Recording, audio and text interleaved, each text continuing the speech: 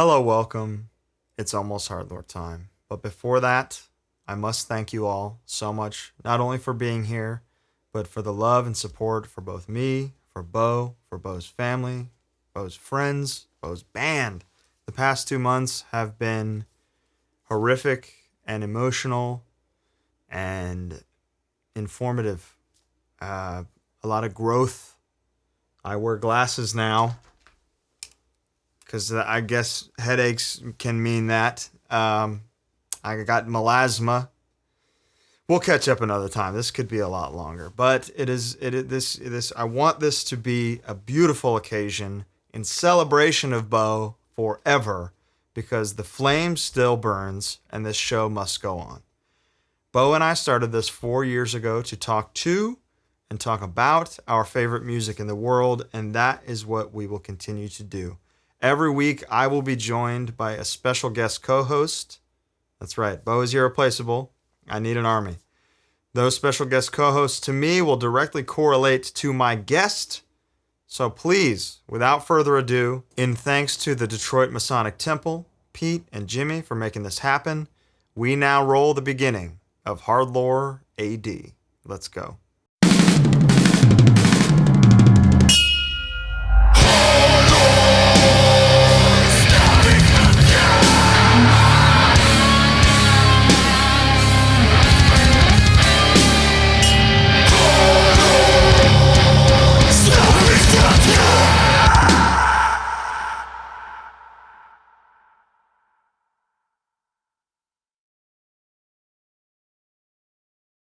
Hello, welcome back. It's HardLore time.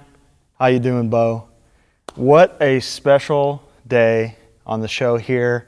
We are back after many weeks after losing my beloved co-host, Bo Lueders, but it's a very special day. I got some very special guests here to help me with this very special day. First off, I must introduce my guest co-host, the first of many to come from harm's way, from Chicago. Please welcome James Pligge. Hello, HardLore. What is up? Outstandingly done.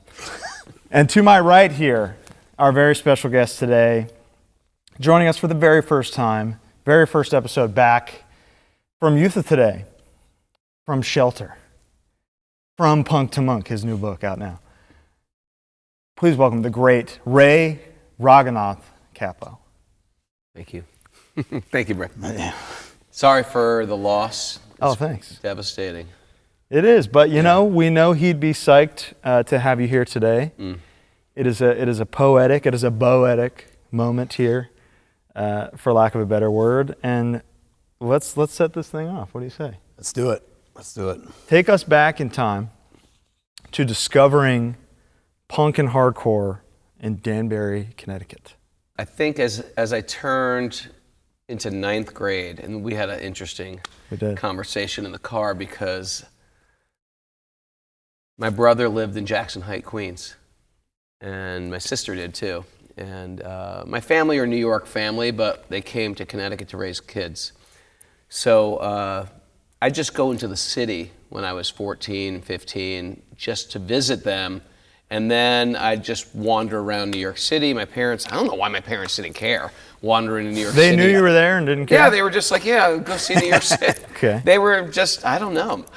Maybe it's because I was like 6 out of 7 kids, and I know in my own family, my last kid, my youngest kid, he gets, do whatever you want. You get a little of that. Sure. And my first kids, I was like ultra concerned of what they did, turning left and right and trying to control them. So maybe they had just released all control. But every weekend I just go into New York and stay at my brother's house and just stumble upon things. And if you grew up in a suburban America in the 80s, everything was sort of monocropped and corporate everything. Mm-hmm. And I wanted to sort of, and you go to New York and you're like, wow, things are different and people are unique. And I used to hang out in the Village. And then I started stumbling into the Lower East Side. Okay. And start seeing freaky people and weird people, and I was like, I feel like these people more than those people back home. Sure. So starting in 9th grade, I started to try to find myself, and I had some kids that were slightly older than me who sort of turned me on to some records, sort of new wave and punk rock and oi and stuff like that, and just hand me records to listen to. And it was just sort of like going to see live music, which really sort of turned me on in New York City. And I didn't really have a taste for any like rock and roll. I didn't grow up listening to Kiss. I grew up I listened to Bob Dylan a little. I was sort of classically music trained. How do you feel about Kiss now? I still never listened. Really? To I never listened to I'll them. send you some bangers. Don't worry, I got you. Yeah, if I do like any rock and roll, it's because I went back and listened to it. But I really went from like Bob Dylan, and then I heard a Sex Pistols record. I was like, oh, this is what I want. Many such cases. This is what I want. And then I found Bleecker Bob's. That was my first punk record store. And I was like, oh, wow, these people are freaking crazy. And then it was just like a mad search for crazy, weird, non-popular music. And it was so cool back in those days because to get this type of music that wasn't sold at regular record stores. Yeah, totally. You had to go to weird, unique record stores, which were like as big as a closet, or I'm exaggerating, but small record stores. It wasn't welcome in Tower Records. Sure. And so for me, we'd go to New York City, I'd buy some record, I had a couple other friends, I sort of got into it, and then we'd come back and records were expensive, we had no money, so this guy had a Clash record, and I had a Human League record, and they had a Black Flag record, and they had the Maximum Rock and Roll compilation. And together we sort of pooled our records, traded cassettes, and that's how we got into weird music. But it wasn't until I never distinguished hardcore from new wave. Yeah. I tell the story about in my book, which is very funny, because we me and my friends, like, we didn't know anything about the music scene. And so I would look in the back of the Village Voice, that was like New York City's sort of alternative magazine, and you could figure out what bands were playing. And it was like, it all seemed punk and weird and avant-garde to me. So that weekend I went to the Ritz, and I saw Haircut 100. I don't know if you've ever heard Haircut 100. They were sort of like a super poppy, clean-cut British band. The next day, to me, it was just all weird. Sure. So the next day, I went to CBGB's because the UK Subs and the Beastie Boys' first band, The Young and the Useless, were playing. And when The Young and the Useless got on, they were, the guys in the Beastie Boys are like my age, just exponentially more successful. They started slam dancing. And I've never seen anyone slam dance. I've just heard of slam dancing. And then I was like, this is incredible. And I just started slamming into everybody I saw. Now that was a big mistake. Yeah, You don't randomly slam into the New York hardcore scene if you don't know the specific method of how to slam dance in New York City. Right. There was a specific dance step, style, etc. It's called dancing. I wasn't privy to. Yeah. Now, usually if that happened in any other arena, they would look at you weird. In New York, somebody just grabbed me by the... Actually, I know who it was, actually. It was John Watson, who I know now. John Watson grabbed me by the shirt and I was about to punch my lights out. And I just go, I'm sorry, I'm new here. I don't know what to do. And John Watson was like a legendarily great mosher. He was the best. He was the best. He was the first singer of Agnostic Front, and he was a great mosher. He toured with Crucifix. Saved your life just then. Yeah, just saved my life right then. Wow. Okay. So that was my first experience into as soon as I learned that there is a hardcore scene, that's when everything just shifted for me. And then every weekend, I forgot going to the Ritz, and I just started going to CBGB's. Then I discovered A7, and then I was just like, that sort of absorbed me. Okay. And then I found Rat Cage Records, which was a really peculiar record store. They put out the Beastie Boys record. They put out, what did Rat Cage put out? Nasty Front single? What did we put out? Anyway, I can't even remember at this point, but there was like an underground record store that sold skateboards run by a drag queen. And cool. It was, you find these weird, obscure record stores, and that gave us a whole new life. Sure. And did you already play drums at the time? No.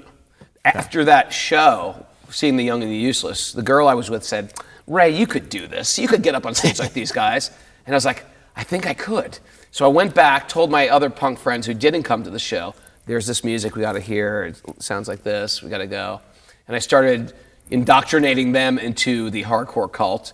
And then I said, we should start a band. And none of us played instruments. Perfect. It was perfect. Yeah. I'll play drums, and I'll play bass, I'll play guitar, and one guy sang, and that's how my first band, Violent Children, started. Which we got a lot to talk about with that. We got a lot to talk about. Would you cite DC, Boston, and New York kind of equally influential to you in that time, like in terms of musical output? At that point, it was exclusively New York. Okay. At that time. And then slowly it expanded because the bands, it's an interesting period. Like 1982, there were no records out. Right. You have Negative Approach had the single out. Abused, Loud and Clear. The Abused, I remember when that came out. Agnostic didn't have a record out. Right. Truthfully, when I got into it, there was a Kraut single, then a new Kraut single came out. And then the False Prophets had a single, and the Misguided had a single. So this is happening in real time. You're just hearing all these things. This is all coming in, and that was it, like 5 records in New York. And then I remember when the Kraut album came out, that was like, wow, an album. Yeah. Like no one had an album out. And it wasn't until later than more records. I remember watching Agnostic Front and Cause for Alarm, and the Abused, but there was no music out yet, So you said you take this home, you talk to your friends in school, start Violent Children. Is one of those friends Porcell? No, I didn't meet Porcell till a little later. Here we go. Oh, interesting. Yeah, because Porcell, he lived in, where I lived in Connecticut was borderline the New York State, it was on the border. Okay. So he lived in Westchester, and then when the Anthrax Club opened up, I'll tell this story's in my book. It's actually, that story wasn't in my book, I don't think, but this story is, where Violent Children made a demo. And when I say demo, we didn't know anything about recording anything. We just had a boombox and play and record, and that was our demo. And you gotta understand, we sucked. We really, really sucked. But we loved what we did. Sure. And we were trying to meet other people. And we knew there was one older guy in college, and our radio station played all classic rock. When I say radio station, the college radio station in Danbury, WXCI, which became a pretty big radio station. And we heard that there was this college guy who played some hardcore and some, you got to understand, back then, the Human League or In Excess or Depeche Mode, that was all considered like avant-garde, that was extreme music. Real weirdo stuff. And so he had this show. From This is Darryl? Darryl Ort from No Milk on Tuesday. Right. That was his band. Once Violent Children got a little notoriety, then he goes, I'm going to start a band too. And he started one. Cool. So Darryl was super cool, and we went there at night during his show at night, which was 11 to 1 on a Sunday night. And we stood out the window, because you couldn't get into the building because it was locked at 11 p.m., but there was a light on in the studio, so he threw pebbles at the window until someone looked out the window and they let us in. We said, we're in a hardcore band. Yeah. We're in a hardcore band. So he lets us in the studio, and he's like, you guys are in a Danbury hardcore band? We're like, yeah. He's like, can I play your demo? I was like, yeah, that's why we're here.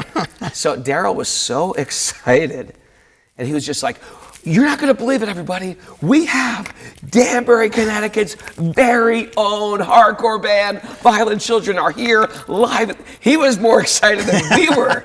And he just featured our demo all night long. And then all of a sudden, the guy who owned the Anthrax called up the radio station. And Darryl's like, hey, the phone's for you. He's like, hey, I run this club, the Anthrax. It's an art gallery, and the Anthrax was an art gallery. They did Keith Haring. Keith Haring painted the refrigerator of the Anthrax. Crazy. Like it was probably worth a fortune right now. Yeah. But they had all these old, back then it was like a cross between hip hop graffiti, hardcore, cutting edge street art. It was all blended together, and. If you were just not part of the corporate rock world, you were welcome into that scene. That's why the scene was very, broad in that sense. So all these people start calling and they're like, we need Violent Children. Well, because there's, like you said, there's so few records out and so few bands exist that the news hits that there's a local band in Connecticut, and it's like, get them on the phone. Yeah, and Brian sort of like harnessed all the Connecticut bands together. I didn't even know there was a Connecticut scene. Wow. I was going to New York every weekend. I was like, and he said, like, look, we're doing a benefit. The art gallery got shut down. We're about to reopen in Stamford, and we're doing a benefit concert at Pogo's. Now, Pogo's was the legendary punk rock club of Connecticut when I was growing up. That's where Dead Kennedys would play or stuff like that. But for me, I was a kid. I was 16 years old. To drive to Bridgeport was like unheard of in your mother's car. Bridgeport's a total ghetto. And so he's like, we're doing a benefit at Pogo's. We want you guys to play. I was like, well, who's going to play? He's like, Agnostic Front, Reagan Youth, Urban Waste. I was like, what? These are like all my favorite bands. Now these are real guys to you. Yeah, my hero bands were Reagan Youth, Urban Waste, The Abused, Hose was playing. That was Rick Rubin's band. Crazy. And I was like, yeah, we'll play. And that's where we met Moby, Vatican Commandos, and some other local hardcore bands, CIA. And so, we walked into a whole new world that, Connecticut has a hardcore scene. This is fascinating. We had no idea. Yeah, and boy, does it ever, Then they hang up the phone, another phone call rings, and Darryl goes, it's for you. And it is Johnny Stiff. I don't know if you know who Johnny Stiff is. He's like an old hardcore legend, booking agent from New York City. He was like, and he booked A7. He's like, we want you to play at A7. I was like, what? We got a gig at A7. We got a gig at So Pogo's. This is just right place, right time. It's just like some karmic, stars aligning, right place, right time. And now we're playing gigs. And you got to understand, we had friends in high school that were real great musicians that were like, back then in high school, kids did cover bands. They did Led Zeppelin or they did Rush or they did, these guys had all the beautiful equipment. They played every Rush song just like Rush. Couldn't do that But, now. they just can't get gigs, cover bands. Sure. You get some gigs. It's just weird. Immediately, we had gigs and an audience that, like, our first show, we sucked. And everybody loved us just because the hardcore scene is just so supportive. Yeah, it happens today. Yeah. Bands that suck are doing great. They're doing great. They're doing great. They're loved. Okay, so now you were this active showgoer at CB's and A7. Now you're playing there. Yeah. When in this timeline do you meet Harley Flanagan, and he sets you on the beginning of your spiritual path? Okay, that's going to fast forward a little bit because at a certain time I love playing drums because it's like physical and exhausting. Mm-hmm. But I really am like I'm a speaker. I'm a public speaker. I'm a talker. I like to tell stories. So I always sort of wanted to be the singer. And there was I think Connecticut was into had two different tiers. Bands like us that sucked, and then these like very high level bands, and one of them was CIA. And if you've ever heard the first CIA single, is one of the best hardcore records out. And everybody thought CIA will be the next Minor Threat. They are like so good, and they just sort of dissolved quick, unfortunately. Another big band was Reflex from Pain. And Reflex from Pain, and these two bands just put out singles in 1982 or 83. And again, and they knew everybody. Back then, if you were, good musicians and maybe a couple years older than me, you knew everybody. You knew Jello Biafra, you knew Henry Rollins, you knew Ian MacKaye, because that was like the tier, just like, it wasn't like 10 years before me. It was like literally a year, maybe a year and a half older than me. Right. You were in this. But time moves differently. Time moves differently hardcore. back then in hardcore. 100%, yeah. So anyway, to make a long story short, those guys, the singer of Reflex from Pain quit, and they said, hey, maybe this young guy, because they still were like old guys. They were 24. Real old. Yeah. Or maybe 26 or something like that, because I was 16 or 17. They might have been 27. Sorry, I touched my mic. It's all good. Maybe they were 27. I think they were 10 years older than me. I can't remember. But they were excellent musicians. And they wanted me to sing. And immediately, like, these guys sound like freaking real musicians. Yeah. And they practice. And they practice like 3 days a week. And they lived in Stratford, Connecticut, and every day. And they have like recording equipment. And they have their own equipment. And they have their own like Marshall half stack. I was like, these guys are so good. And I'm the singer of the band. And they were all excited about me. And they're like, look, we got gigs. We're going to D.C. We're going to play with Minor Threat. We're going to go to Boston. We're going to play this. And I was just, our first show was with the Circle Jerks on, I think it was this Wild in the Streets tour. Crazy. I know, in Philadelphia with Why Die. I was like, I'm living a freaking high school dream. Yeah. I'm playing in front of 700 kids, packed. Then I get to be like the fan of the Circle Jerks, whom I love. This is a dream come true.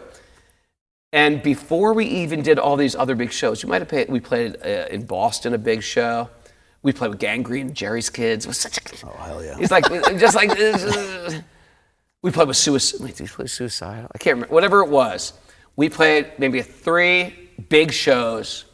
And then we played at A7. This is where I'm getting to the story, because where I met Harley. Take me there. So Violent Children was just sort of like dealing the fact that Ray's got some other band.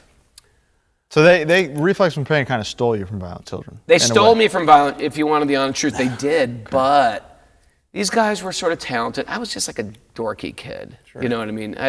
And so they, I think, were saying, you know what? CIA's falling apart. And Ray's just sort of a kid. Mm-hmm. Let's just get together with CIA, kick Ray out, and they started this band called 76% Uncertain, which they were actually great. But on our last show, which was, we have one more gig at A7, they told me on the way up, hey, this is your last show, the band's going to break up. They didn't tell me they were going to start another band immediately. Like it's almost like, you hook up with this girl, but you break up with your girlfriend. You're like, yeah, I don't think it's working out between us, but you already got something on the side. Sure. I think it was one of those things. I don't hold them guilty. I was a nerd. I wouldn't want me in the band either if I was them. I was just like a loud, these guys were like really refined, really musical. They knew everything about music. I barely knew anything still. All I knew was New York hardcore. Yeah, which why we're all that's here why we're pretty here. much. Exactly. That's all I know. That's all you can. That's what became popular. That's right. And I was straight edge, and no one was straight edge back then. Like no one was straight edge. That's right. So it's our last show. The Connecticut hardcore scene shows up at A7. Now you got to understand something about Connecticut hardcore. Everything it's sort of like Coke Light, you know what I mean? It's just like everything's easy, everybody's fun, everybody's cool. Sure, they dress weird, sure the music's weird, but everybody's relatively nice, from good families. At but that then you point. go at that point. I don't know what. I don't know what happened later in Connecticut. They started having fun. They started. New York, though, it was sort of like just filled with runaways and people like living on the streets and everybody huffing glue. So it was always like you're walking, and New York's, and it was blended with the Lower East Side, which was like a dangerous neighborhood. It was filled with like poor Hispanic gangs who didn't want the punks there, and the punks, that's where the punk clubs were. And it was just it was a whole neighborhood of weirdos, and drug addicts, and violence, and spontaneous violence. Like you don't even know why it's violent right now. You've done nothing to provoke violence. So Harley was, a legend, even then. Very and young. He's a year younger than me. Okay. So whatever I was, 17, he was 16. Mm-hmm. He was a legend because he was, when I was a Cub Scout, he was playing in a punk band at Max's Kansas City. Right. His mother was like a hippie child of the beatnik or hippie child. He did a book with, the name will come. Jerry Garcia. Allen Ginsberg. Oh, yeah. He did a book with Allen Ginsberg when he was like a child. Yeah. So his mother had all these weird alternative connections, and he grew up in that alternative culture. And then they moved to Denmark, where he lived in a squat, squatting in Europe is really sophisticated. So he was like a gifted musician. He like learned how to play every instrument. Sure. And so he was already a prolific musician, a songwriter. And At like 12 and 13. Yeah. And none of us were. We didn't have any talent. So Harley was just sort of like, already his mother lived across the street from Tompkins Square Park, which is where everybody hung out. So he knew that neighborhood well. But he had, he had no band at that time. It was just a gang. And he had a gang called the Cro-Mags. And they were a violent gang. But so Harley was in A7. Now, New Yorkers supported New York bands. And if you were from out of town, no one wanted to see you. That's just the way it was. It doesn't matter who you were. If you were Agnostic Front, before they even had a record out, the place would be packed. Sold distortion would pull up. No one watches them. It's just like that. If you're from New York, we'll give you support. And so Reflex from Pain came on stage at A7. The place empties. It's my last show. And that place is tiny. It was tiny. It was tiny. It was tiny. And I was just in there like a few weeks before with watching all these bands: Agnostic Front, Cause for Alarm, Shock, The Abused. Who else played? Hose played that night too. They all played. The place was packed till 5 a.m. And that's how it went if you were from New York and you're playing that. So they in this moment, they consciously chose, like, the Connecticut band's playing. Connecticut band's playing, we're all leaving. Let's go get ice cream across the street. Whatever, right? let's just go outside. And the doors didn't open until midnight anyway, so it didn't want to. Perfect. So we probably didn't get a good spot. It was probably like 3:30 in the morning. Nice The only person in the club is Harley Flanagan. And he's just standing there like this. And I was still sort of like Ray Today Jr., and the band was very tight and good, and Harley liked us. And he was literally circle pitting for our band. And then and then we broke into a last song, and they played a Motorhead Iron Fist, which is what we covered. Now back then, you only heard of Motorhead if you were sort of cultured in music, because they weren't hardcore. You had to be really into this music to understand Motorhead. And Harley was into Motorhead, and these guys were in the band were into Motorhead. And Harley lost it when we played Motorhead. And he's like, after the show, he just came up to me and just sort of befriended me and said, "That was so incredible. That was so incredible. Listen, I'm starting a band next week, and we're going to play in CBGB's. We want you guys to play." I was like, "Dude, they just kicked me out of my band." He's like, "What? They kicked you out? You're the reason the band should exist." And so he really sort of like endorsed me as a singer. Wow. And from then on, I sort of had a gold ticket not to get my ass kicked in New York. Not that I ever partied with any of those guys, not that I ever did anything with those guys, but Harley just sort of gave me a little gave me a little love, threw a little love at me, and made me feel sort of welcome. And sort of all his crew just sort of like, okay, this guy's all right. And I would just go and do my thing in New York and then go back home. And mainly at that point, Reflex from Pain days, I started just hanging in Connecticut because the Anthrax opened. And it was just sort of our scene, and we could do whatever we wanted there. And that's where I met Porcell in Violent Children, because the guitar player went off to college, and Porcell was a Violent Children fan. He's like, "You're in Violent Children? I heard you on, No way, that's where he heard it? Yeah, he heard me on Darryl's, Whoa, that's crazy. I mean, that's insane. Yeah, and so we became friends, and he had a little crew of friends that were from Westchester, and Porcell could actually play the guitar. And I was like... Yeah, he had a Les Paul, already. No, right? he didn't. He had a fake Les Paul. He wasn't born with a Les Paul. He had a fake Les Paul. They had fake Les Pauls in 84? Oh, yeah, fake. It looks like a Les Paul, but we didn't have anything. But he could actually play. I was like, you know how to play a Minor Threat song? You know how to play. He could play guitar, so he was a great addition to Violent Children. But me and Porcell just clicked from the first day because we loved New York hardcore, and the rest of the guys just weren't that serious about hardcore. They were serious about hardcore, but they were serious. They liked metal, they liked Wasp, and they liked, Porcell was hardcore. I love hardcore. Before we move on from Violent Children, in the book, Moby mentions that you guys played like a high school talent show. Do you remember? He doesn't go into much detail about it. I don't freaking remember. Oh, and I hate to say it, but I did a lot of stuff. I know. I did a lot of shows, and sometimes I feel really bad because this cup can only hold so much liquid. The talent show might be the liquid that needs to go. You know? No, I just because I was thinking because in the book he mentions that they had to change your band names. They had to change the band names, and it was like, and I just like, you know, I remember our I can't remember what they were changed to, but I just remember when our talent shows, right? They were just, you know, kids would go up there and, you know, it'd be a punk band, some kid covering Jimi Hendrix or whatever, and I just, you know, in that time period, like punk bands playing in high school, I just was curious what the reaction would have been. I wish I could have played by high school, but I will tell you something about Porcell.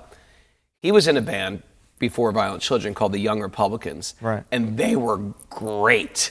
They were so good. And the Young Republicans played their high school. Now, where they lived was a little bit more preppier than where we lived. We lived in sort of like Connecticut's very preppy, but Danbury was sort of mixed. We had ghettos, we had very wealthy kids. It was a really mixed bag. They had, a very wealthy, pretty much 99% white school. You know what I mean? It was just Westchester in the 80s. And so Young Republicans, the principal hears about that band, and he's like, that sounds sounds good. Let's get these guys. And it was like a high school talent show. But at the time, all the New Haven kids started hanging out. All the Anthrax kids started hanging out. Connecticut had a scene. And when the whole hardcore scene showed up at his incredibly preppy high school and started a mosh pit, it was like the best day for the Connecticut hardcore scene meets the worst day for whatever John Jay High School. It was such a cool, and the same thing happened for Violent Children when we played the town park. Somehow we got on the town park thing in Danbury, Connecticut, and I mean, just to see these crazy ladies, they were probably 22 years old, show up with big mohawks and plaid pants. It like freaked out the small town of Danbury. Danbury had nothing until later. After we left, had you moved to New York City, then the guys from Trash American Style started a very cool record store in Danbury. And then Danbury became like an interesting straight edge hardcore mecca, which I wish it was when I was a kid. There was nothing. Right, but is the mythos of what you guys were doing, like these guys are from Danbury, did that help it become a straight edge mecca? I don't think so. Were the two things related? I think when a record store sets up shop, it's sort of like they bring hub. people. It becomes like a hub. Or if a club was there, people would travel to it. Would you consider Porcell your best friend? He's like a brother from another mother. We're somehow karmically bound together for a lifetime. Is Krishna technically your best friend? Krishna's my best friend, probably. He's your best, what is it, satsanga? How would you say that? Krishna's, he's my brother. And we must have been related from a previous life or something. But it's you might have people like this in your life that you don't even try to hang out with them, but there they are. They're somehow still in your life somehow or other. That's how this show happens. Yeah, you're just sort of bound to certain people, and you stay with them, and you can't figure out even why. Sometimes you're not even trying. Okay. But yeah, I have deep appreciation for Porcell. We'll get there soon. Back to Harley Flanagan. I mean, he's been in my life too. Yeah, you call him your first unofficial guru. That's because he started explaining Krishna to me. And were you into it at first? I was not into it at all. Okay. So I was not into it whatsoever. And he's like in your mind now, as somebody who's been doing this thing most of his life, he's a very unconventional guru, you know, like. Well, he was like he was an influencer. He definitely wasn't. He definitely wasn't religious or something like that. But here's the deal. Whether you're a vegetarian, whether you're into yoga, whether you're into hardcore, whether you're into goth, whether you're into speed metal, whether you're into macrobiotics, the Lower East Side was a hub for freaks. Sure. The cross-dressing, whatever it was, if you were a freak, that's where you went. So to be a Hare Krishna, it was just like, you have a seat at the table. Okay. You know, you're just like another weirdo like us. And because the part of like all Hindu dharma is to give out sacred food, they would do that in Tompkins Square Park. Not necessarily for the poor, just for anyone who wants sacred food. Yeah. And that's part of, you could go to India today, to a holy city in India today, and they give out sacred food. And so when Harley got into Krishna, he came in because they fed him. And then he would just say, like, what are these guys into? And he'd just ask those monks the questions. And then he learned the Bhagavad Gita from just talking to monks, most likely. And then he just started, his whole gang became vegetarians. So would you consider him like the OG, the godfather of Krishna in hardcore? No, I don't think so. I think John probably was. And even before John, there was a few up. I mean, all those guys, John Watson, Keith from Cause for Alarm, Louis from Antidote. There was a whole array. I mean, I used to go to the temple with Ray Warzone and Todd Youth, right? In 1987 or 1986. 1986, actually. And Richie brought me there for the first time. Interesting. It was like a whole hardcore hangout. Yeah. Whether people were into it or not, that's another story, but we definitely went there for free vegetarian food. Okay. And but there were some people, got serious about it. They sure did. Yeah. Okay, so now we're. But we were already straight. But because we were straight edge, it sort of jived with our life. We didn't. I wasn't addicted to any drugs. Practically never did drugs, and. So it took you for a while. Straight edge kind of occupied that part of like. That was my religion. Okay. Straight edge was my religion, and that's what I felt like I had a calling to spread that message. Okay. I'm not going to go to college anymore. This is a good thing. I seen what the New York City scene is. It's, people are dying. And I've seen what it does to people's lives. We are not like this. We have a message of hope. We have a message of positivity. We have something we can help the world, even if it's, and then me and Porcell strongly felt like this is our calling to do it. Almost like with a religious fervor. And because of it, it was cheesy. It was sort of cheesy to tell your friends when you're, 19 years old, hey man, you shouldn't drink beer, and everyone's just drinking. The entire scene is drinking beer. Yeah, you're the Poindexter. You're the Poindexter, the nerd of the party. But you guys are like that. the jocks at the same and we time. Were the jocks at the same time. That might be why it worked. I don't know what the recipe was, but it all fell into place like that. It's almost like you were the real punks, right? Because you're doing like punk was one thing. People are drinking, people are taking drugs. Opposition to the norm. They're dressing a certain way. You guys are doing the opposite of that. Well, I was doing some yoga interview at my house yesterday. Someone was interviewing me for something, and there was I guess somebody sent me these books. I don't even know where they came from, but it had Shelter Record and the Youth of Today records, and it was like a record collector book. And it listed all these reviews. And I've read a bunch of other reviews from other bands, like Gorilla Biscuits. This is an amazing record, and, Side by Side, what a great thing, and just like whatever it was. I'm reading all these reviews. Then I read all the bands' reviews for my bands, and like, this is the worst record. It was just like we were so hated by the punk media at the time. First for being straight edge, and second for being Krishna. It was so unwelcome. And sometimes people say, well, I like Shelter, or I like Youth of Today. Now, we were really hated. We were very unwelcome. Well, we're going to figure out how we got there. Yeah. Well, I am a freaking big mouth. I get that. And I'm opinionated, and it was sophomoric, and a big mouth. And it was, again, you're going against the norm. Yes. And even Johnny Stiff, who gave us that first gig in New York City, when we first moved to New York City, Youth of Today, he's like, you think you're going to do straight edge in New York? That's a joke. New York City will never be straight edge. You know what I mean? And it turned out to be like a big hub for that music at that time. But it was just so unbelievable because New York was so into, I don't know what they did. Sex and violence, baby. Sex, violence, and drugs, yeah. Right. So how do these violent children decide to strip themselves of this name and become the Youth of Today?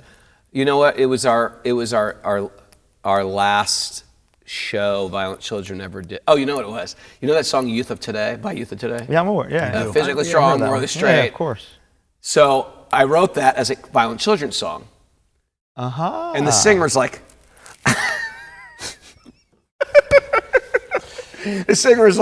I'm not singing these stupid lyrics. Wow. You guys are a bunch of stupid jocks. And I was like, and me and Porcell like, these are great lyrics. Damn. Physically strong, morally straight, which, by the way, if you don't know, I stole from the Boy Scout Oath, the first 2 lines. Physically strong, morally straight, mentally awake. That's from the Boy Scout Oath? Yeah, physically strong, morally straight, mentally awake. That's how it goes. You couldn't steal that? You were like, I'm not that, I'm a positive youth, so. Yeah, positive youth. So anyway, to make a long story short, he was just, the singer of Violent Children was just vehemently against our stance about straight edge. There was no straight edge scene. There was me and Porcell. I'm stuck on the Boy Scout thing. I need a second. I was a Boy Scout, and I loved crazy. law and order. Did you know that? I did not know that. That's fucking insane. Isn't that interesting little thing? That's really cool. I love law and order. I love justice. I love, you know what I mean? Sure. I loved, I wasn't into vandalism. It's a great show. I wasn't into, no, not the show. I mean, I just great- loved it. all of it. Yeah, no. I loved I'm an justice. SVU man myself, but I'm not so into justice. So Youth of Today. So he hates these lyrics. He hates this. He's trying to get more into like, I'm crazy, I'm into Kiss, I'm into Wasp, I'm into Def Leppard. And I was just like, why is he taking our band in this direction?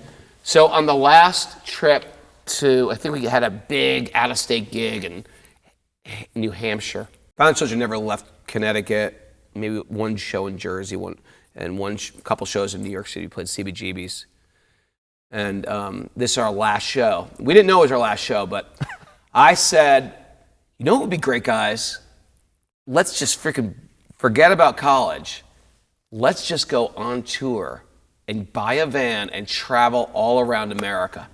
Nothing better. Perfect. Right? Yeah. And the singer was like, you think I'm gonna get in a band with you dirtbags and travel around America? And it was at that time, me and Porcell like looked at each other and we're like, this is actually our dream. And I'm not even finding fault in it. There are some people, even that love hardcore, even that are great musicians, even their dream is to be in a band, they are just not meant to tour. That is a different, psychological, mindset. Like, I want to drive somewhere in a van that costs like $900, that could break down anywhere, that we don't know how to fix. We have no idea where we're going. There are no cell phones. There's no maps. There's no, reconfirming your show. There's no guarantee that you're even going to get paid. Yeah. There could be a whole bunch of Nazis at your shows. And it takes and you don't even know where you're going to sleep that night. Yeah. And you need to be with people who are like the Lewis and Clark. We're like, we're going to do it. We're just going to go into the unknown. Yeah. And so Porcell was like that guy. He's your musical soulmate in a way. Yeah, and that was our dream come true. Okay. That was to start Youth of Today was our dream.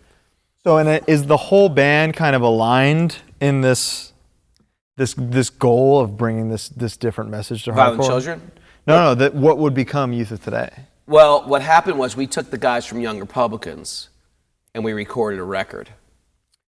And we just had attitude from the beginning. We had an attitude. Instead of like playing it meek and coming in soft, we just came in sort of loud and arrogant.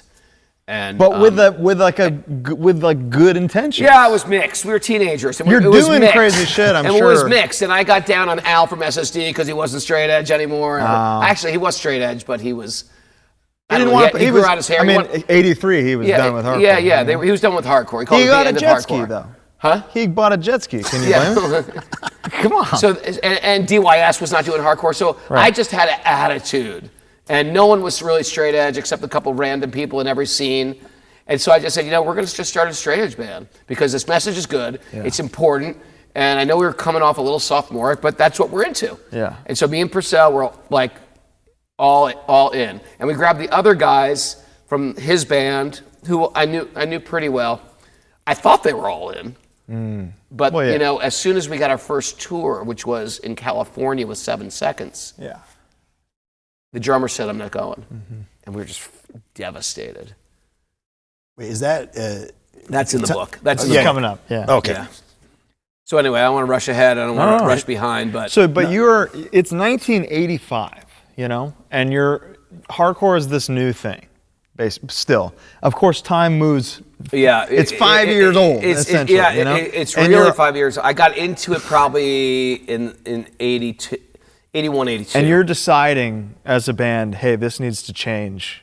already. You know? Already, it's like Yeah. 1985. 85 to me seemed like late bloomers. Right.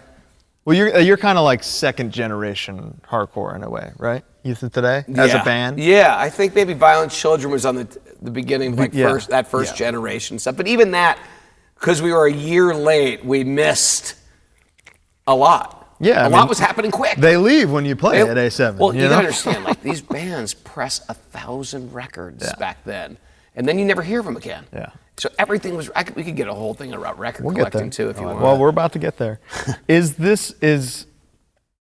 What is New York's response at the time to the beginning of Youth of Today? Is like your radical optimism and positivity. Oh, that's a good thing because we had just developed. We played our first. We were friends.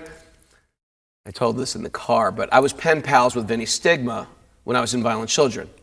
So he was like, "Yeah, you should come to." This is maybe the Agnostic Front single had just came out, or probably United Blood. Maybe United Blood didn't even come out yet. That No, that was 83. It must have came out because I wrote Vinny Stigma. Although, I don't know, back then, there were a lot of things were with fanzines, so you might see an advertise. So I wrote Vinny Stigma. I know, their single was out. And I wrote him, I love your single, blah, blah, blah. And he got us, I can't remember, but he got us a gig. He got us a gig at CBGB's. This is Youth of Today or Violent Children. Violent Children. Okay. So Violent Children. So he said, when you come to New York, come over to my house. So I came over, and that was like going into another world. You know, New York hardcore characters had they were bigger than life. They were almost like cartoon characters, sometimes cartoon villains, sometimes cartoon heroes. A little bit of the Penguin, a little bit of Batman. So I'm walking in from my suburban home into the Lower East Side, and I'm going to Vinny's house, which was actually nice because he lived in Little Italy. Yeah. And it was a strong Italian neighborhood. And there is like Billy Psycho getting a head tattoo. Tattoos are illegal at this point in Manhattan. And so he's getting a head tattoo. Roger's like shoving like one of those little baseball bats that you club a fish with if you're deep sea fishing. He's putting one of those in his shirt. And I'm just like, where the hell am I? How did I get into this place? And then Vinny Stigma just like welcomes me into his life in a wonderful way. And he's going, hey, this is my pen pal. This is my pen pal. He's a red minute. And he got us a gig immediately. Not only that, but I remember Roger giving me $100 for playing that show. I was like, $100. That's what openers are maybe getting paid now. You know, right? To give me $100 That's for a guy $10,000. that drew nobody. I drew nobody to that CBGB show. Wow. And Roger paid me $100. I was like, that is the most money our band. So you were has ever welcomed by New York hardcore royalty. Yeah, I knew Vinny now and Roger, and I knew Harley. And So when Youth of Today comes along, so when Youth are of they Today supportive? well, interestingly enough, so Youth of Today played. So then I invited for Youth of Today's very first show. There was a club. It was sort of like a towny bar, but they started having shows there. And Black Flag played like a couple weeks before on the My War tour. Sick. I know. There were literally 15 people at the show to see Black Flag. It's crazy. And there's a picture of me stage diving for Black Flag, like 4 people picking me up and one of the local And you could newspapers. name them all by first and last name. Yeah. And so I was like, we got to get Agnostic Front to play here, and we'll play our first show here. So we played our first show with Agnostic Front there, and then they invited us, Youth of Today, to play at CBGB's. Gazina Gazada. And then, so we did like Rhode Island, we did Albany, we did, with 7 Seconds and 7 Seconds in Albany. And then it was our last show before we went to California for our tour. And we played at CBGB's, and Agnostic Front at CBGB's, there was nothing better than best that. of all That was time. the best of the best. Well documented. For a kid. Yeah, well documented. You can listen to it, you can watch it. Yeah, Check and out. it was like, it was joyful. That was rapture. That was the joy of me and Porcell's life right there. That's heaven on earth. That was I what understand. heaven on earth. Yeah. I get it. I get what you're saying now. And so when they had us play there, I just said, okay, we can play this 2 ways. I can just sort of like be quiet and cool and hope people like our music. Because I have to win over New York City. We've never played in New York City yet. This is our first New York gig. Or I can just go out on a limb and preach straight edge to a bunch of people who might kick my ass. And we just preached straight edge. That's what's up. And we left. Nothing happened. The show was really good. People liked us. I wish I had a recording of that show. Yeah, it's probably awesome, man. I bet Clayton Hat does. You know him? Clayton Hat, if you're watching. You know Clayton Hat? No, but Clayton, if you're watching, please send it over. No, there's a guy. He was like, a weirdo from the Lower East Side, and he had a hat store, and he'd embroider all these funky Lower East Side cool hats. He's still out there. I think I just found him on Instagram.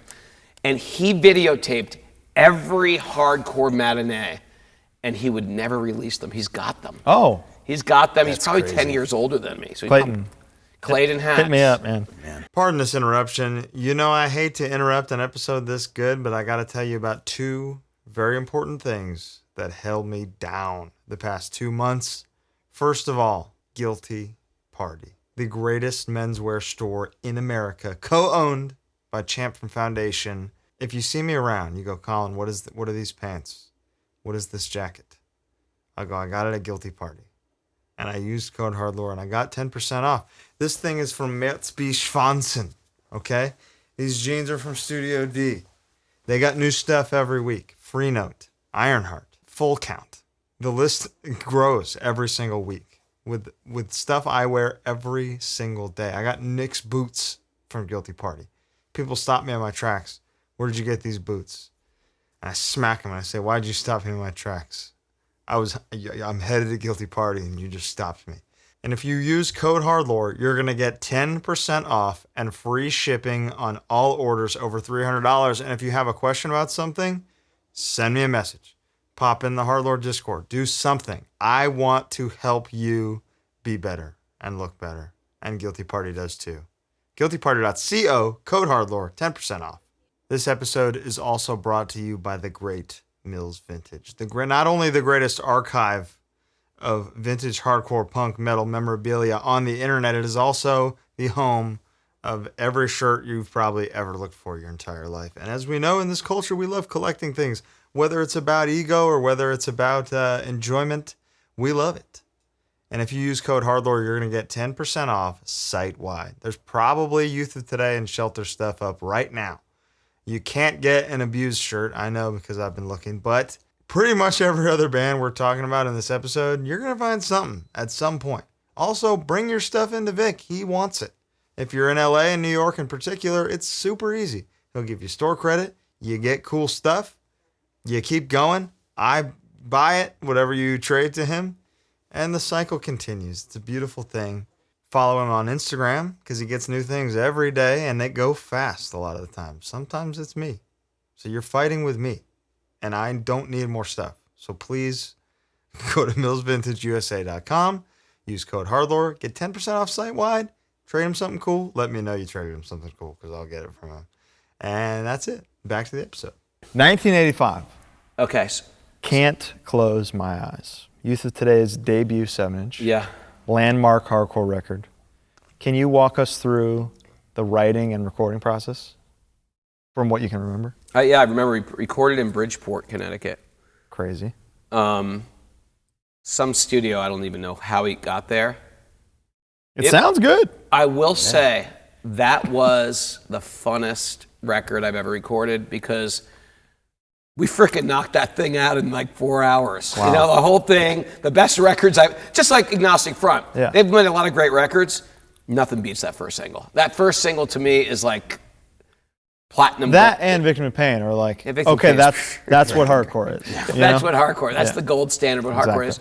So with Youth of Today, I mean, I think I just did one take vocals on all those. Really? Yeah, I'm serious. It was like that simple. It was that simple. And it's just so not simple. The way that you're singing. You know, that was the beauty of hardcore. It was really like heart over quality. We didn't care about how, at least me, I didn't care how it sounded. You just sort of, you can feel the energy of it. Which I think is what makes it sound good. Because you care. I think so too. If Bo were here, he would surely ask how you developed your voice. Did you sound the same in Reflex of Pain? Yeah, I think so. Were you just doing like Kevin Crowley and a bunch of other guys and I figuring it was out doing as you Kevin went? Crowley, John Branson, Spring Blend. And then you just stumbled upon. And that was just sort of like, I had no idea what was going to come out, but I was like, yes. Iconic. It was iconic. And then we didn't know what to do with it. This is an interesting story. So I called Ian from Minor Threat on the first, it was 1986. I called him up. I said, you don't know me. I'm a big, you know a lot of my friends, like the older guys, Reflex from Pain. I love Minor Threat. I've always been straight edge, and before I even know what straight edge was, I'm into clean living. And it seems like you really rally behind that type of ethos. And I feel like we'd be a great fit on Discord. And he very politely, I remember exactly where I was on tour at a phone booth. Are you sweating bullets talking to him, or are you like, I'm just sort of like, I should write a book on, like a Tony Robbins, like, you believe in yourself, you can be confident, you can do anything. I was like so confident in what I was doing that this is a good thing for the world. Yeah. And back then, you could just get people's phone numbers. Everyone's approachable, and everyone's reachable. I emailed him and he responded. Yeah, so Al from SSD had his phone number on the back of the record. Yeah, he did. That's a great guy. He's a great guy. Yeah. And so anyway, Ian was very politely said no, and whatever. I that wouldn't stop me. I just crossed one off the list, went right to Al. Al, you don't know me. I'm the biggest SSD Control fan you will ever meet. And I want to be on your record label. I think our ethos fits. Same elevator pitch. And is he even doing it? Like, is it Exclaim? He goes, well, let me just share with you what Exclaim is. Exclaim is not even a record label. It's sort of just a bunch of bands that like each other. We just use that as a label. There's no like central headquarters. How do I hear that? Fuck you. So you're telling me there is no actual Exclaim. No, it's just bands. So you're telling me no one really owns Exclaim. It's bands that sort of feel a certain way, feel a camaraderie. Yeah. Well, I feel that camaraderie. He's like, okay, so do you mind if I put Exclaim on the back of my record? He goes, no, I don't care. He's like, I was like, he goes, it's not mine. I don't own it. You can put Exclaim. Anybody can put Exclaim on the record. Guys, we just got signed this morning. That's what it was. That's what it was. That's awesome. That's what it was. I was like, you're not going to believe this, guys. We're going to be on Exclaim. And the band was like, what are you talking about? He's like, he said, it doesn't matter. There is no Exclaim. It's just camaraderie amongst friends. Wow. And we were about to be... we were about to be on Exclaim Records. Unbelievable. So, oh God. And now, so where... I just remembered that, by the way. That's I did unbelievable. some other interview, and I just remembered that crazy story. So now I'm like, we're on Exclaim. Now, the interesting thing enough is, the year before when Violent Children were around, we played with 7 Seconds. 7 Seconds was hands down our favorite band because they were great. They had a hard edge, especially when Skins, Brains, and Guts came out. Just because that picture of Bim on the cover of the record like that, I was like, okay, these are hard. And back then, we just liked anything that's hard. And then Committed for Life came out. And I remember when the day that came out, I was like, oh my God, this is so freaking good. So me and Porcell were madly obsessed with 7 Seconds. When The Crew came out, we freaking lost our minds.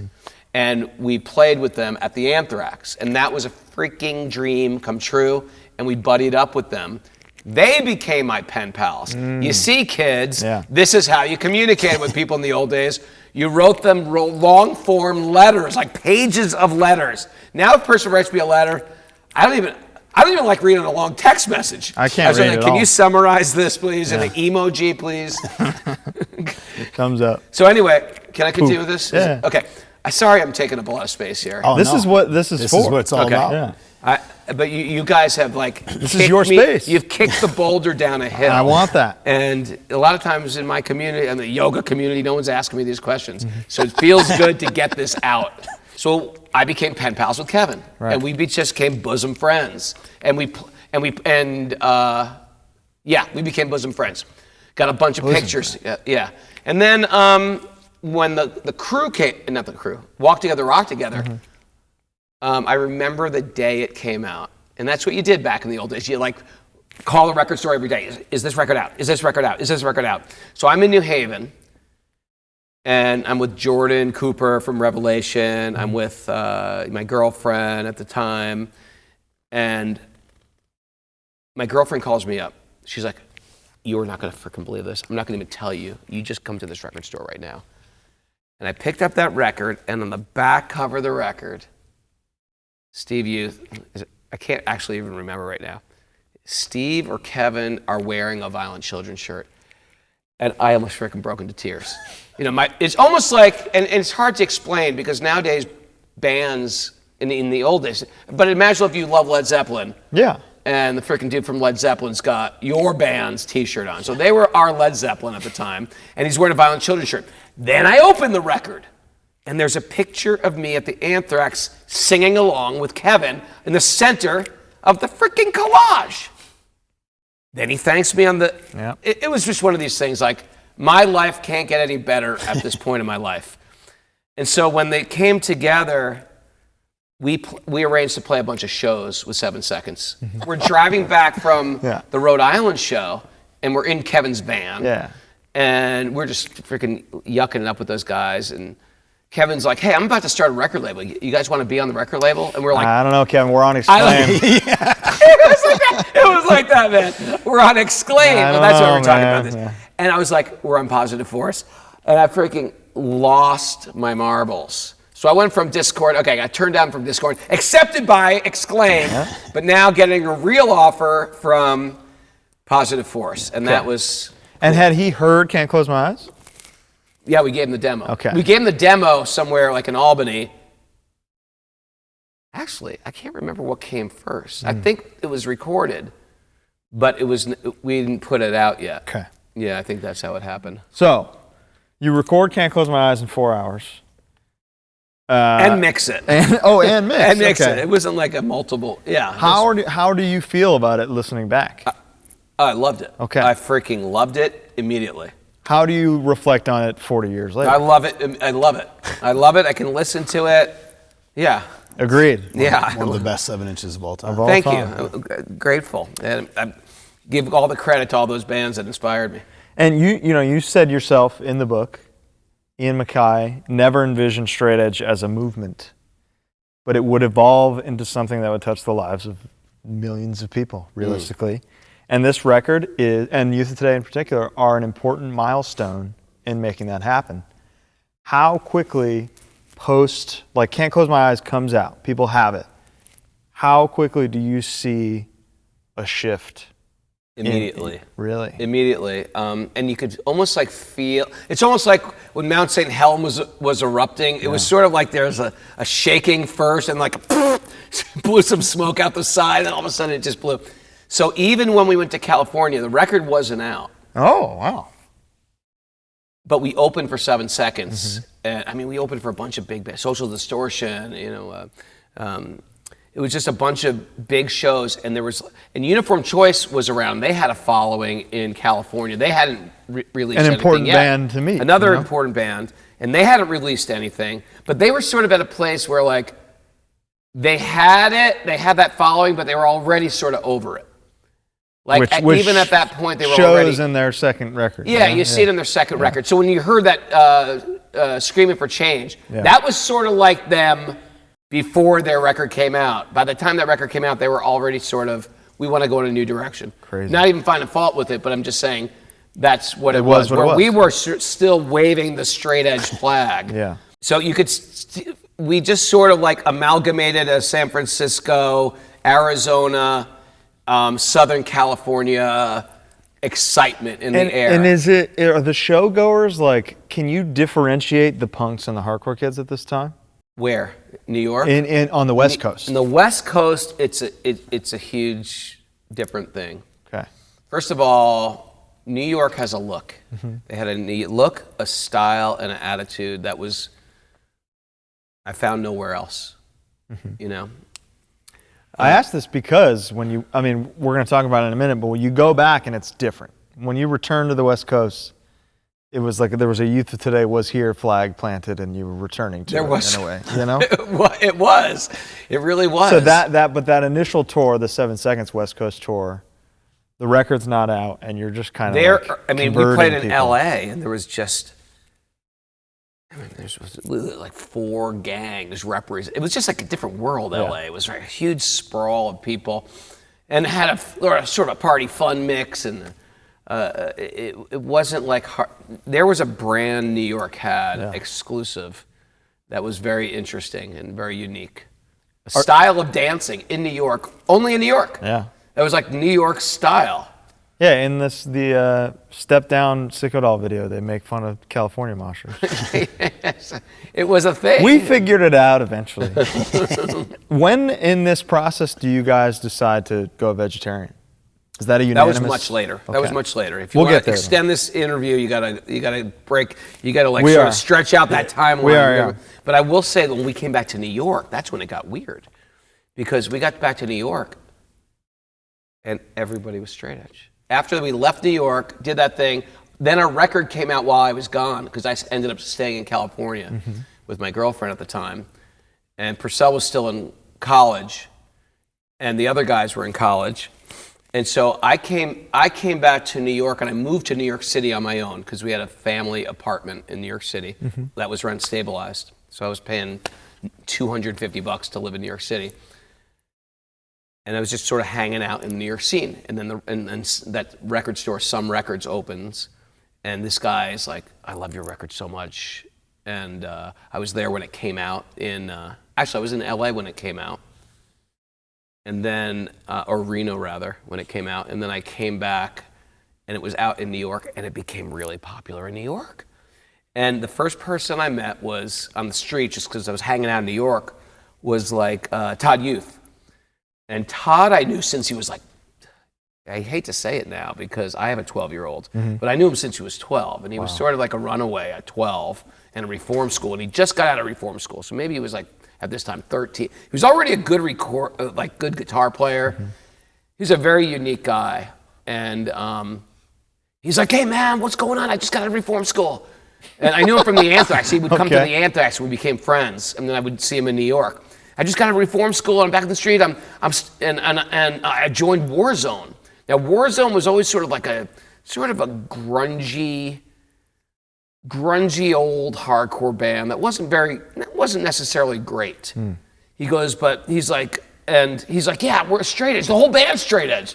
And my friend, Warzone or straight edge? Ray Bees was like a notorious not straight edge guy. Sure. And I was like, you're saying Ray Bees? Yeah, Ray Bees really wants to meet you, man. I was like, and Ray Bees, you gotta understand, Ray Bees was old. He was 26 years old. Right. You know what I mean?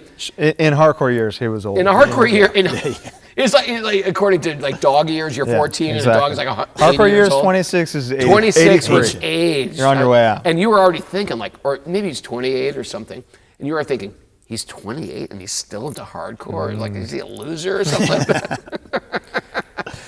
So, he was just getting started. Getting started, man.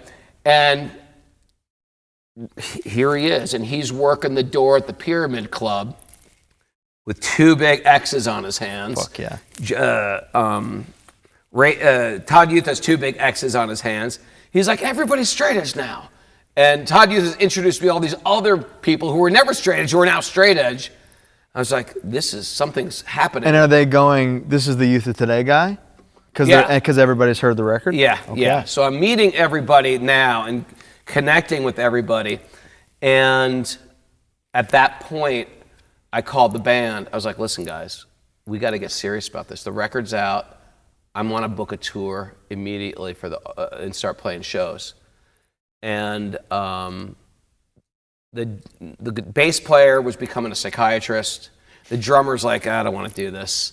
And so now it was me and Porcell again. And so Straight Ahead was a band, and we personally dismantled maybe one of the best hardcore bands of all time.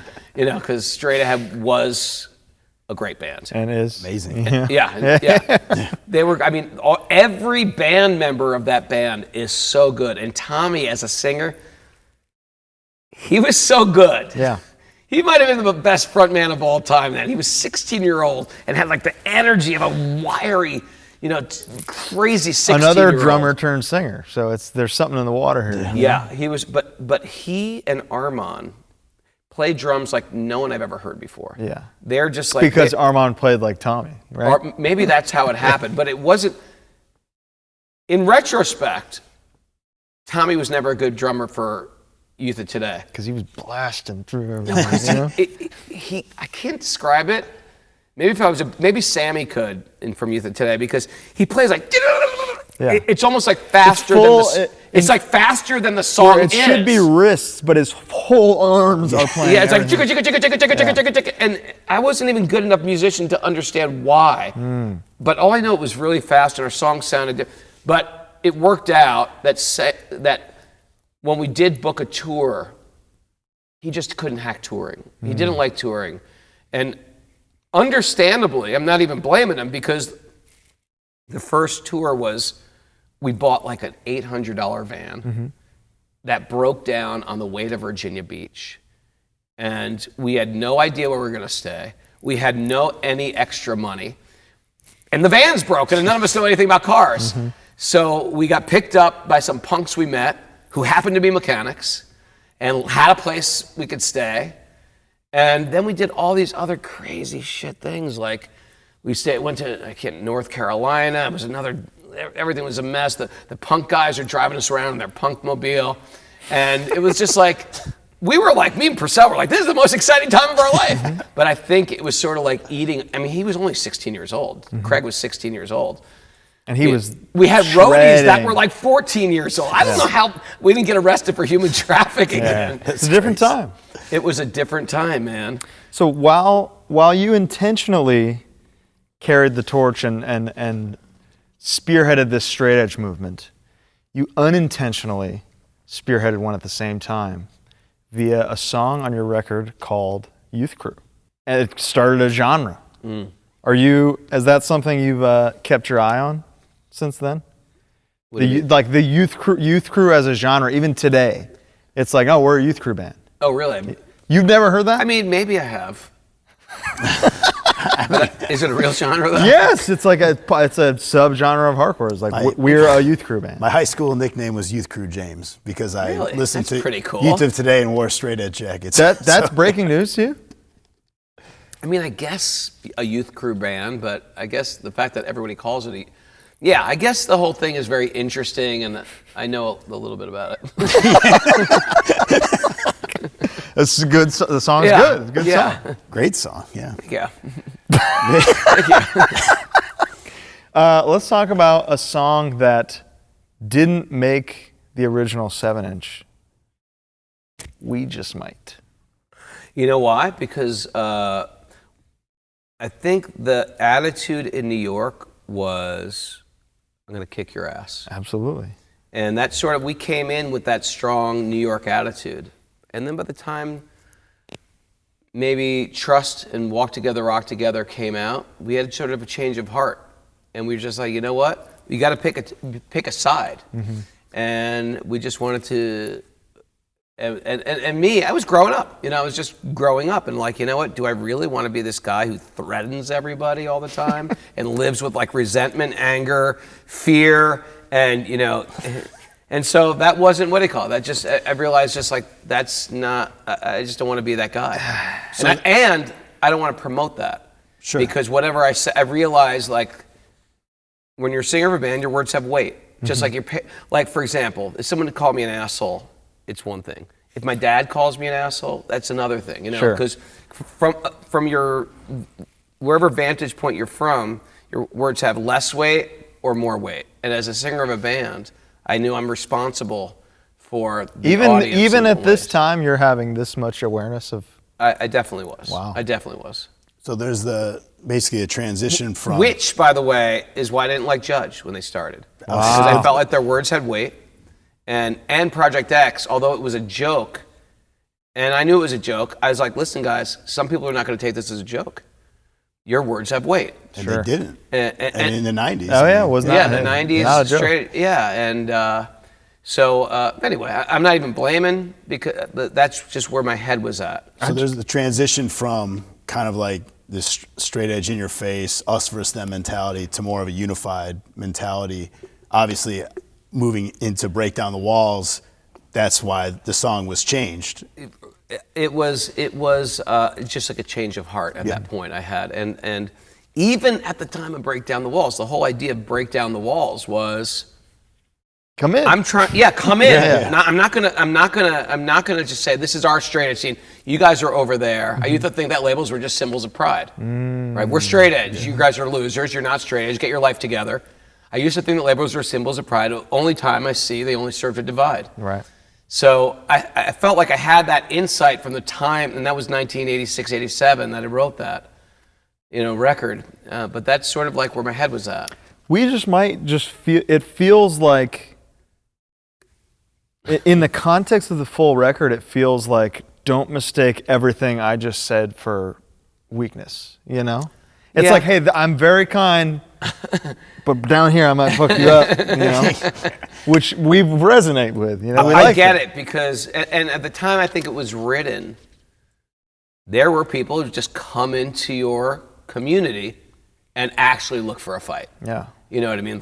And We just might. I got to tell the story about the tattoo. Please. Because, so one of our friends, John Caution, very big Youth of Today fan, got the words "We just might" and "Time to forgive" and crossed it out, tattooed on his leg. Crossed out, we just might. So because he also feels that way. Did he get "We just might" first and a year later cross No, it out? he got it all together. together. Same Just time. crossed them out. So Okay. before Bo passed away, about a year ago, we were going to say we got the opposite. And I know that might not be something you support. We crossed out "Time to forgive." And I already had a Youth of Today tattoo, so I just put it under it. But That's funny. I want to get a picture of that. yeah. So, but obviously, I'm not trying to fight anybody because they're drinking. But what always resonated with me as like a young kid was like, all these like people in my high school and my peers were drinking and like, they looked at me as kind of like, oh, this guy's a loser, an outcast. Right. And, because you said like, you kind of look at it as a weakness, right? That's how I always took it. I guess I never took it literally like, we're going to start beating people up who aren't straight edge, but I guess because that's why it always resonated with me as like as a young person. Yeah, maybe soft heart but strong spine. Exactly. And I get that. We just might. We just might. We literally just. We just might right now. You ever start flipping tables? So you've never been playing that song and just like saying "We just might" when you're having a bad day? Like if you're playing it live, you don't play that even "Time to Forgive" a lot. It seems. Yeah, from my I own don't research. know. Truthfully, the band decides what to do. They just tell me what to do. So if they put "We Just Might" on there, would you even think twice about it? Do you know it anymore? I might do it for fun. Okay. Well, Maybe I did. tonight. At the Straight Ahead show, they had the "We Just Might" art, the old artwork from really? and it said "We Just Might." Were you at that show? Yeah. What a fun show that was. Amazing. Yeah. I can tell you, I wasn't psyched to do that show. I did want to see Straight Ahead. How could you not be psyched to do that? I'll tell you why. First of all, I hurt my knee, and it just re-aggravated going bicycling, bike riding, and then the day before, I just did this whole like spiritual program in New York City the night before, and my mother's also dying right now, so I've just been like in a different headspace. Yeah, she's 99, so it's pretty impressive. She had a great. She had a great run. Born in 1926. So I was about to be 100. So she had a great run, but the last 4 months she's just deteriorating bad. So I'm trying to go to New York City a lot and see her. Understandable. And I was just like, just my head's not in a place of hanging out and just seeing. I had such a good time just seeing all those people. It's almost like everybody's grown up, everybody's ego's gone, everybody just wants to reconnect, and that's what it was like. Because back then we all were a little reserved, and these guys are in, and these guys are not cool, and it's understandable, but now everything was gone, and there was no weird feelings. I embraced people that never even liked me, and vice versa. And it was. You grow up and you realize, who cares about all that? Yeah. And it was like a very large Youth of Today reunion, right? Because almost every member was in the room, right? Yeah, and crazy. Right. I mean, I talked to Richie, I talked to Russ, I talked to Gavin, I talked to, I talked to Siv, I talked to Walter, I talked to Arthur, it's great. It's really good. It was like, I never had a high school reunion. I left high school, never went back. Yeah. Sure. And never, practically speaking, lost touch with everybody. This was my high school. These were my people. So you talk about high school in the beginning of the book and how you'd be getting bullied for looking different or being different or dressing different. Oh. And then the Youth of Today imagery is like, hey, we're literally athletes. Right. And we just might. Right. Which is the antithesis of who you were in high school. In high school we were more like punks and sort of nonconformists and weirdos. Mm-hmm. Like we went out of our way to be weird. And in a public high school like that, between getting picked on by every different group of people, Sure. we were just like freaks. So then you're no longer freaks. If you went to like a mixed race high school, you're just going to get picked on by whoever's the bullies of the communities. Sure. You're like fodder. True, been there. You're bait. You know. But then again, we just might. Yeah. The iconic X'd Fist logo. Yeah. Who drew that? Herbie Straight Edge. I would hope so. Herbie Straight Edge was one of the, like I said, there was like a random straight edge kid around. Mm-hmm. And so Herbie Straight Edge had this on the back of his jacket. He had like a bomber jacket. He was a skinhead. And he had on the back of his jacket. And we were like, and it just said Straight Edge. Oh, it wasn't made for you? No. I was like, can we have that for he was from Poughkeepsie. I think he's thanked on the back of the record. Herbie Straight Edge. And we said, can we have this for a logo? He's like, yeah, sure. I drew it, yeah. It was great. Some And HardLore. my little brother in high school made the first silk screens of the shirts, and we made like 20. And it was funny because now that's become iconic Youth of Today with the fish shirt. We made millions of them. And my brother texted me, and some random kid in Florida texted me and said, I guess my brother walked up to a kid and said, I made that shirt. And the kid was like, what are you talking about? He goes, I'm Tony Cappo. I made these shirts when they first were made. Wow. And so one kid texted me on Instagram, and my brother texted me, hey, just walking to Youth. Oh, you both sent the same story? No, they both sent me the same story. That's awesome. I just met your brother in Florida. He looked something like you and came up to me. So touring post Can't Close My Eyes, the record's out around the nation. What are things like now with people having heard the music? Well, fortunately, again, 7 Seconds brought us on tour. Mm-hmm. We were exposed to their audience, and that's how bands get bigger. A bigger band brings them on tour. You win over their audience, and shows just got better. Oh, and then because New York City started happening, there was more straight edge bands. Straight Ahead was around, and sick of it all. Not that they were straight edge, but there was sort of a rebirth in hardcore, and as opposed to sort of metal sounding music. That was because all the first generation bands, the second LP they just is broke metal, up, and Ignacy Front put out that sort of metal-y record. Cause for Alarm, great record. Yeah. And so, but it wasn't my cup of tea. Yeah. And then Chromax put out a Best second Wishes, record, and then it was just sort of like it was a free. And then all these other bands, I can't remember them at the time, like the guy from Typo Negative, his band. Carnivore. And there was just, those were the bands that everyone was going to see. And so we started a whole different thing of a second generation of, hardcore at that time. And so Side by Side, Gorilla Biscuits, Sick of It All. And in the moment, it's working. People are supporting it. It's working. And then, All right. Is there a single band you played with regularly from 85 to 80, from Can't Close My Eyes to right before Break Down the Walls, that defines that time for you? Would it be 7 Seconds? A single band from 85. Yeah, like that you played with enough times where it's like, that was our brother band, Oh, Bulls, Crippled Youth. They were our brother band. Yeah. Because we nurtured them into hardcore from what happened was they played a show at the Anthrax, and it was packed. And they were like sort of violent children in that sense. Like they didn't know, they didn't have it, they didn't have any, they were just sort of like little kids playing punky music and stuff like that. Sex Pistols cover and stuff like that. And then we just took them aside because they all went to Porcell's high school. But or they lived in Porcell's neighborhood. Because people would come up to us and go, there's like a punk band. They're like 13 years old. We're like, no. Yeah. They go like live right near you. So Crippled Youth was Westchester? Westchester HC? From Katona, yeah. So it's just right near where Porcell lived. Wow. And so we just became friends with them. And we just passed down our sort of like arrogance. We definitely had a straight edge arrogance about us in 1985. And we just passed it on to them. Okay, for better or for worse. Were Crippled Youth, was their name the other, like Youth of Today, Crippled Youth, is that the youth crew?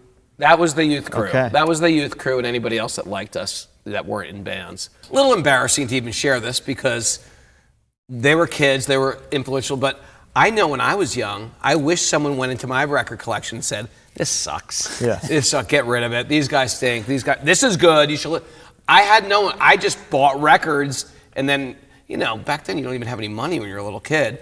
And you're like, I wasted all this money on this shitty record. Yeah, but now if you only knew how much those things were worth. I know. Yeah. You seen what the Can't Close My Eyes with the red text is worth? No. $1,000 easy? Really? Yeah. All right. Better than Bitcoin, the investment Oh, yeah. of, Oh, yeah. Much better. I got a couple records I'm going to sell. I think I still have. You talk to me first. I've never left my collection. I can put into my kids' savings. Yeah, good. There you go. But anyway, it's a little embarrassing because we basically took them and remolded them. The entire Connecticut hardcore scene got mad at us for doing it. But we very immediately told them, listen to this, don't listen to this, listen to this. And it was at the time where sort of like that youth crewy sound was very unique and what was cool and what was not cool and stuff like that. So I understand we got pushback from that from elders in the Connecticut scene. But we wanted a little brother band, and they fit into us. We became best friends with all of them. Every one of those guys in bold were our best friends. I love it. Yeah. To this day. On the West Coast tour you did, when you talked about meeting Uniform Choice, that leads to Wishingwell Records in some way? How does that relationship start? Someone was just asking me about that, but It was me. Just now. So just after a few days ago, I can't remember where I was a few days ago. I was doing some interview like this too. What came first? The Wishingwell? Weren't you going to be on New Beginning Records? But basically, after the show, Pat and Pat from Uniform Choice loved Youth of Today. And I think it might have been then that they offered to put us on Wishingwell. And exclaim positive force. Yeah, now. At that, I know. And at that time, I had just started. Maybe I had just started Revelation, or Revelation was just. Like it was coming, beginning, but it wasn't big. So I was like, Wishingwell is big. Yeah. Even though they probably weren't, but it was. They were cool because Uniform Choice was cool, and Blast was on the label, and they were cool. And they put out the Unity single, and the Unity single was cool. And they made really cool T-shirts. Instead of just making your own cool T-shirts, we'll just be on their record label. So that was pretty fun because these were the days, and it's hard to even imagine this, especially for kids nowadays. There were no computers. There were no computers. You couldn't just lay out and typeset and go to your Google fonts. There were no fonts. You had to get these things typeset at a typesetter. How crazy is that? Like you could just go to a guy and go, hey, I need this to say Youth of Today? You'd go to a typesetter. Like they were like if you're printing a book or a magazine, and they typeset it and they give you a big book of fonts you want to use. You pick this font and you want to lay it out like this. There was no computers. Did you have to do that for shirts as well? Yeah. Or you would buy the rub-on letters, like Youth of Today's single, that was a rub-on letter. All the Revelation Records logo was rub-on letters. Damn. It's crazy to think. So it's crazy. So Wishingwell happened. So Wishingwell, sort of like we did that. Then when Can't Close My Eyes, we're on Break Down the Walls. There it is. That was Wishingwell. Yeah. But very soon, because they were not into that straight edge spirit that we had anymore. Then why do they want this iconic straight edge record? I don't know. I think they liked us. I don't know.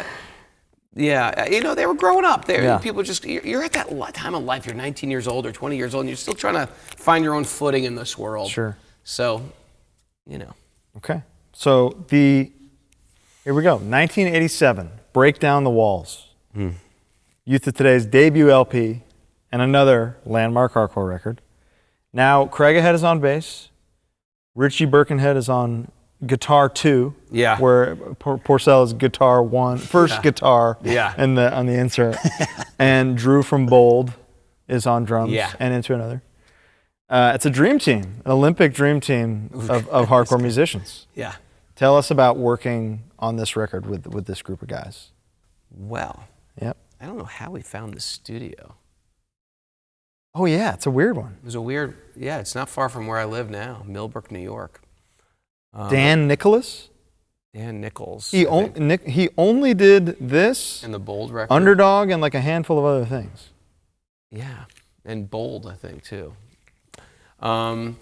Anyway, I can't really remember much about like writing the record, but back then I wrote all the songs, even the music, and I don't know how. I wrote Break Down the Walls on a piano, playing one bing, finger. Bing, bing, bing, bing, bing, bing, yes, bing, bing, bing, that's how I bing, wrote bing. that song. Wow. And then I would bring it to Porcell, and we'd just work it out.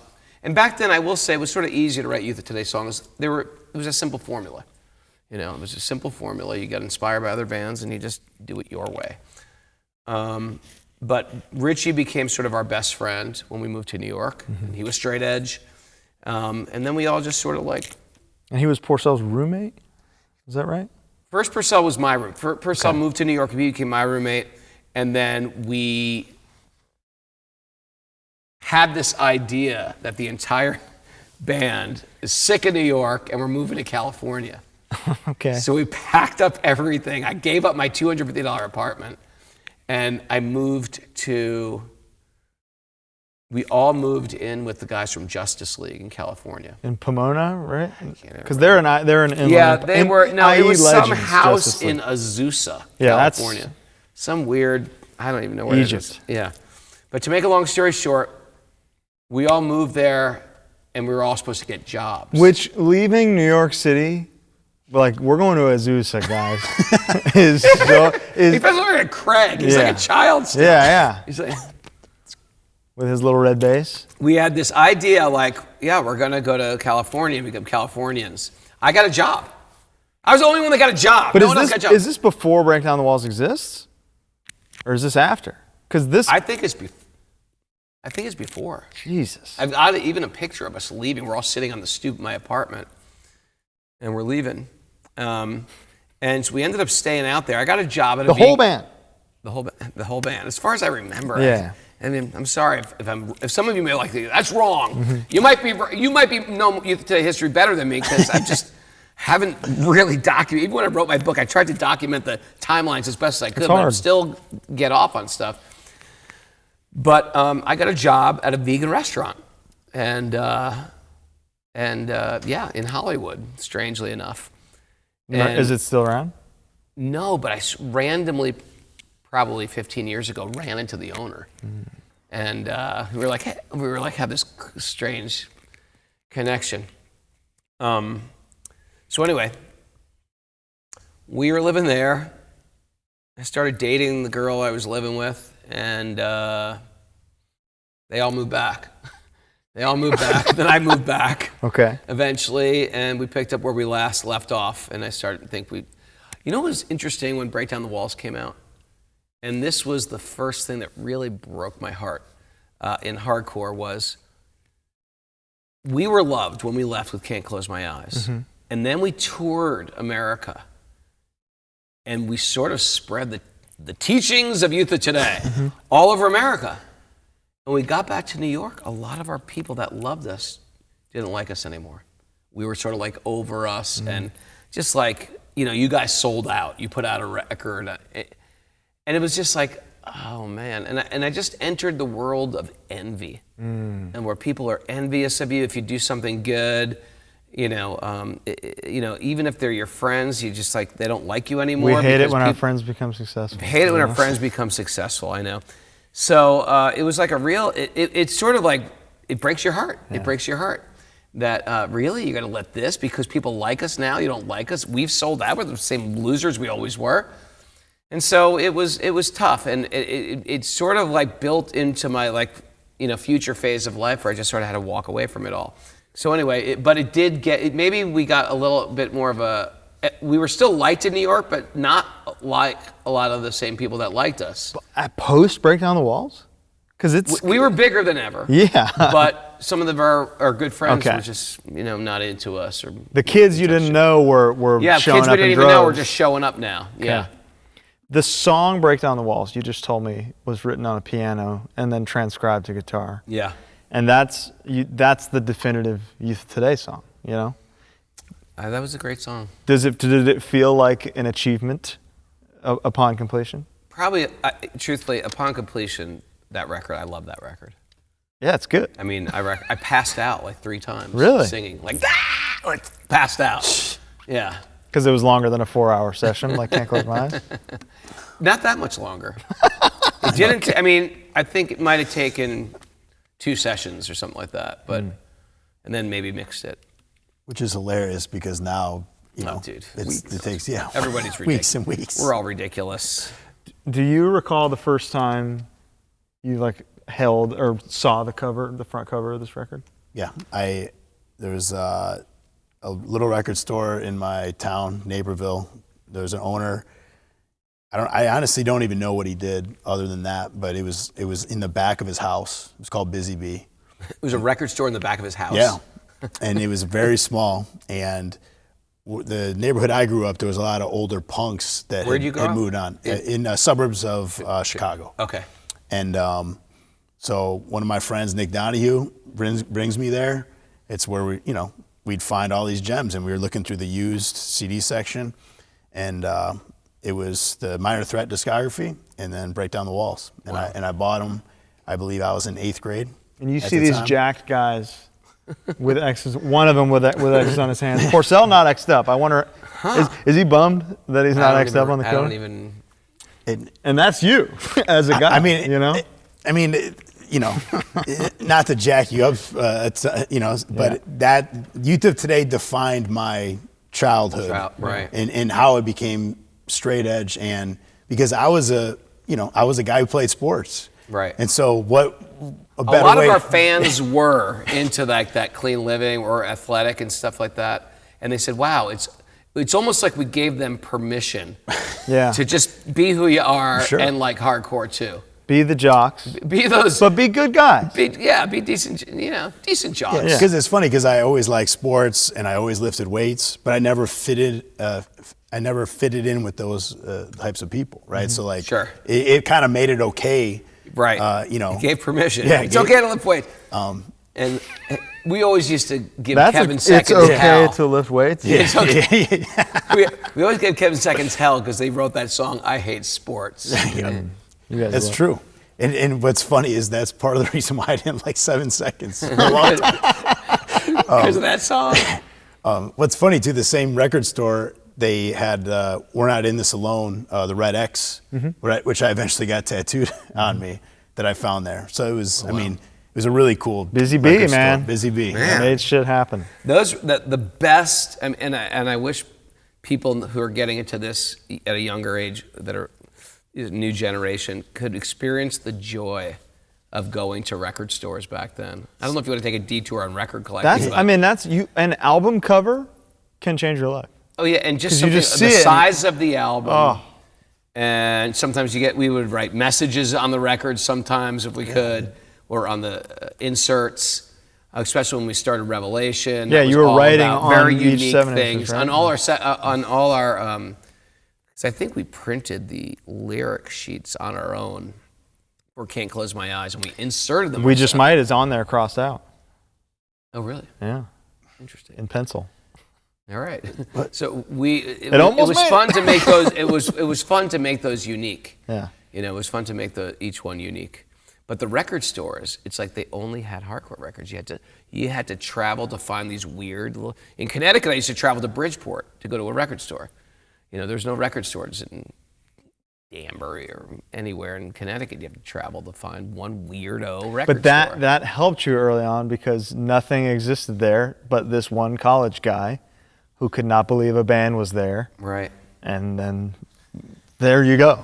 And again, to listen to music back then, back when there weren't that many records it wasn't played on the radio, and therefore you'd have to dial into these college stations, and you'd know which ones. Like NYU had one, and WXCI had one, and Stony Brook, Long Island had one, and you just listen. New Haven had one. You'd have to dial into these crappy signals at late at night, and you're like, oh my God, listen to what they're playing. And you stay up with a tape recorder and record this stuff. And that's how you got music.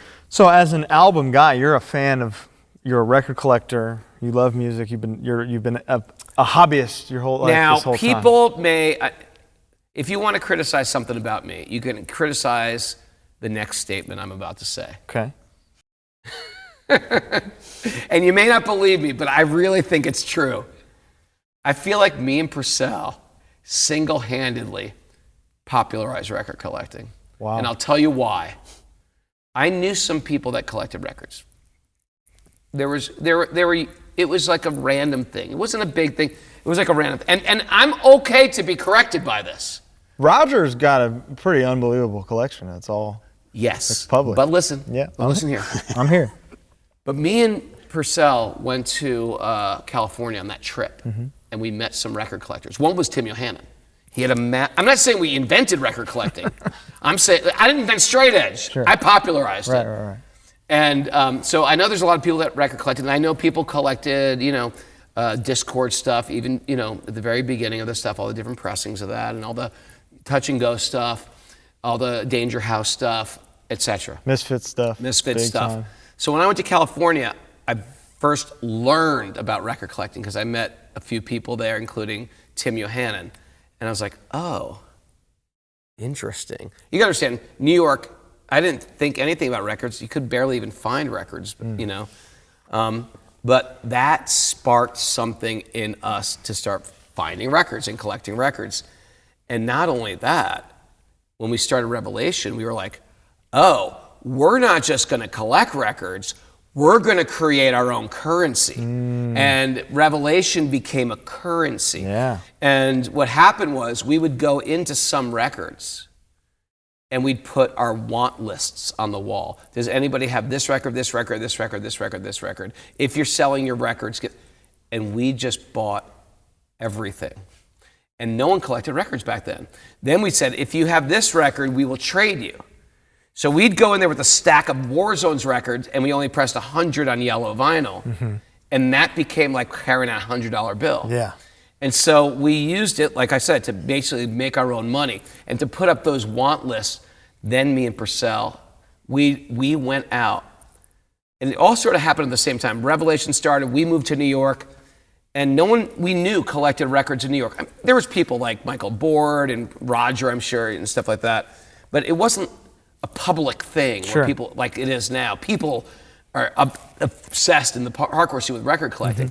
So me and Porcell, there were a lot of like record stores in New York that weren't really hardcore record stores. They were just like weird record stores. You could find jazz stuff or punk stuff or oi stuff or eclectic stuff, rock stuff, weird pressings of stuff that were definitely not on the hardcore circuit. But if you lived in New York, you knew where they were.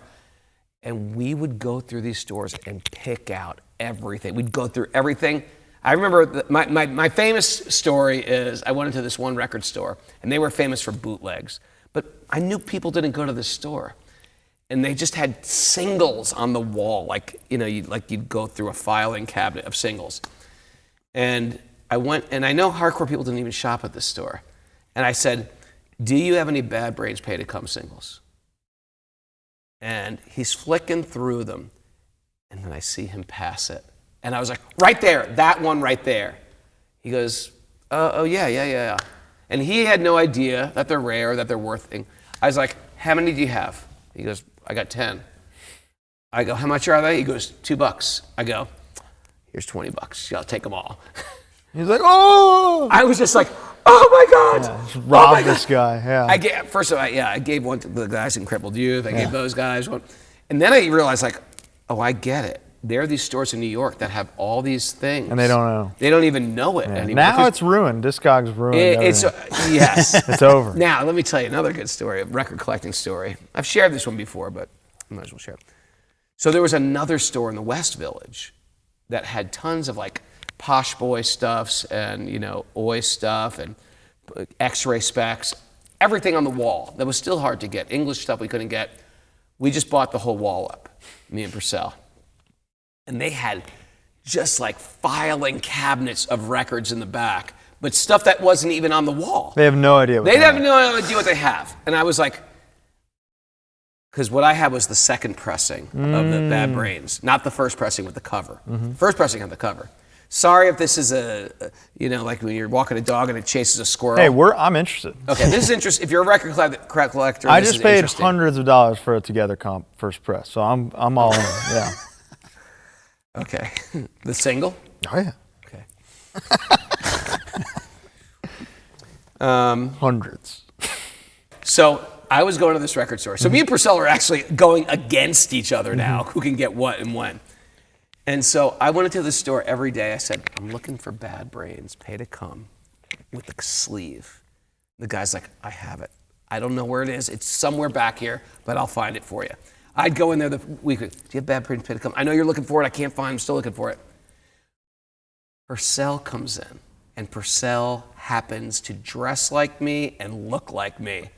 And the guy out of nowhere goes, hey, I got that record you're looking for, and gave it to Porcell. Oh, man. And Porcell got the Pay Handed to him Come gold. with the sleeve. You still have it? I think we both got rid of most every one of our Really? records. Yeah. Is that just like a material possessions? In the Krishna day, I thing? mean, I got rid of the entire record label. Oh, yeah.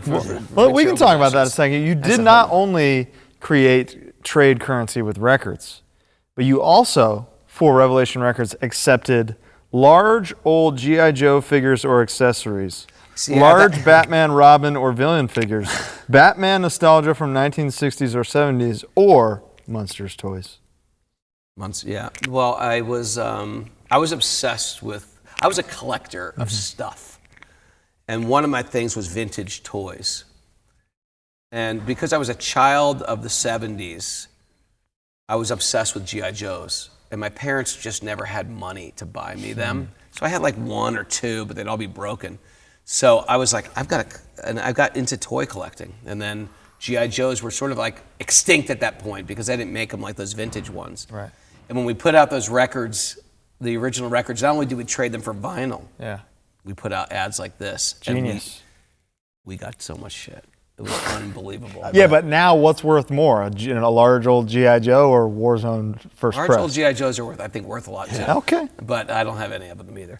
Well, and I think Jordan ended up keeping them all anyway, for the most part. I think let's stick to Revelation for now, and then we'll get back to break down the Wait, world. one more question about the record collecting. Yeah. Sure. In the book, you talk about how, like, when you started to get more into Krishna, you kind of started to let go of some of the material stuff, and you threw records into the crowd. Threw records off the stage at the wetlands. What do you think the most expensive record, like today, that you threw off? I can't even remember. The stage. I can't remember.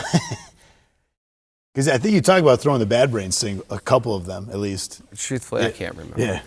But I do remember this. I was reading some spiritual book, and it said, is your pleasure coming from the self or from the ego? And I was like, well, my pleasures are from good, nice things, not the ego, my record collection. But then I started thinking, but when do I get pleasure out of my record collection? Do I get pleasure from playing them? I was like, yeah, I get pleasure from playing. I'm arguing with myself here, reading this book.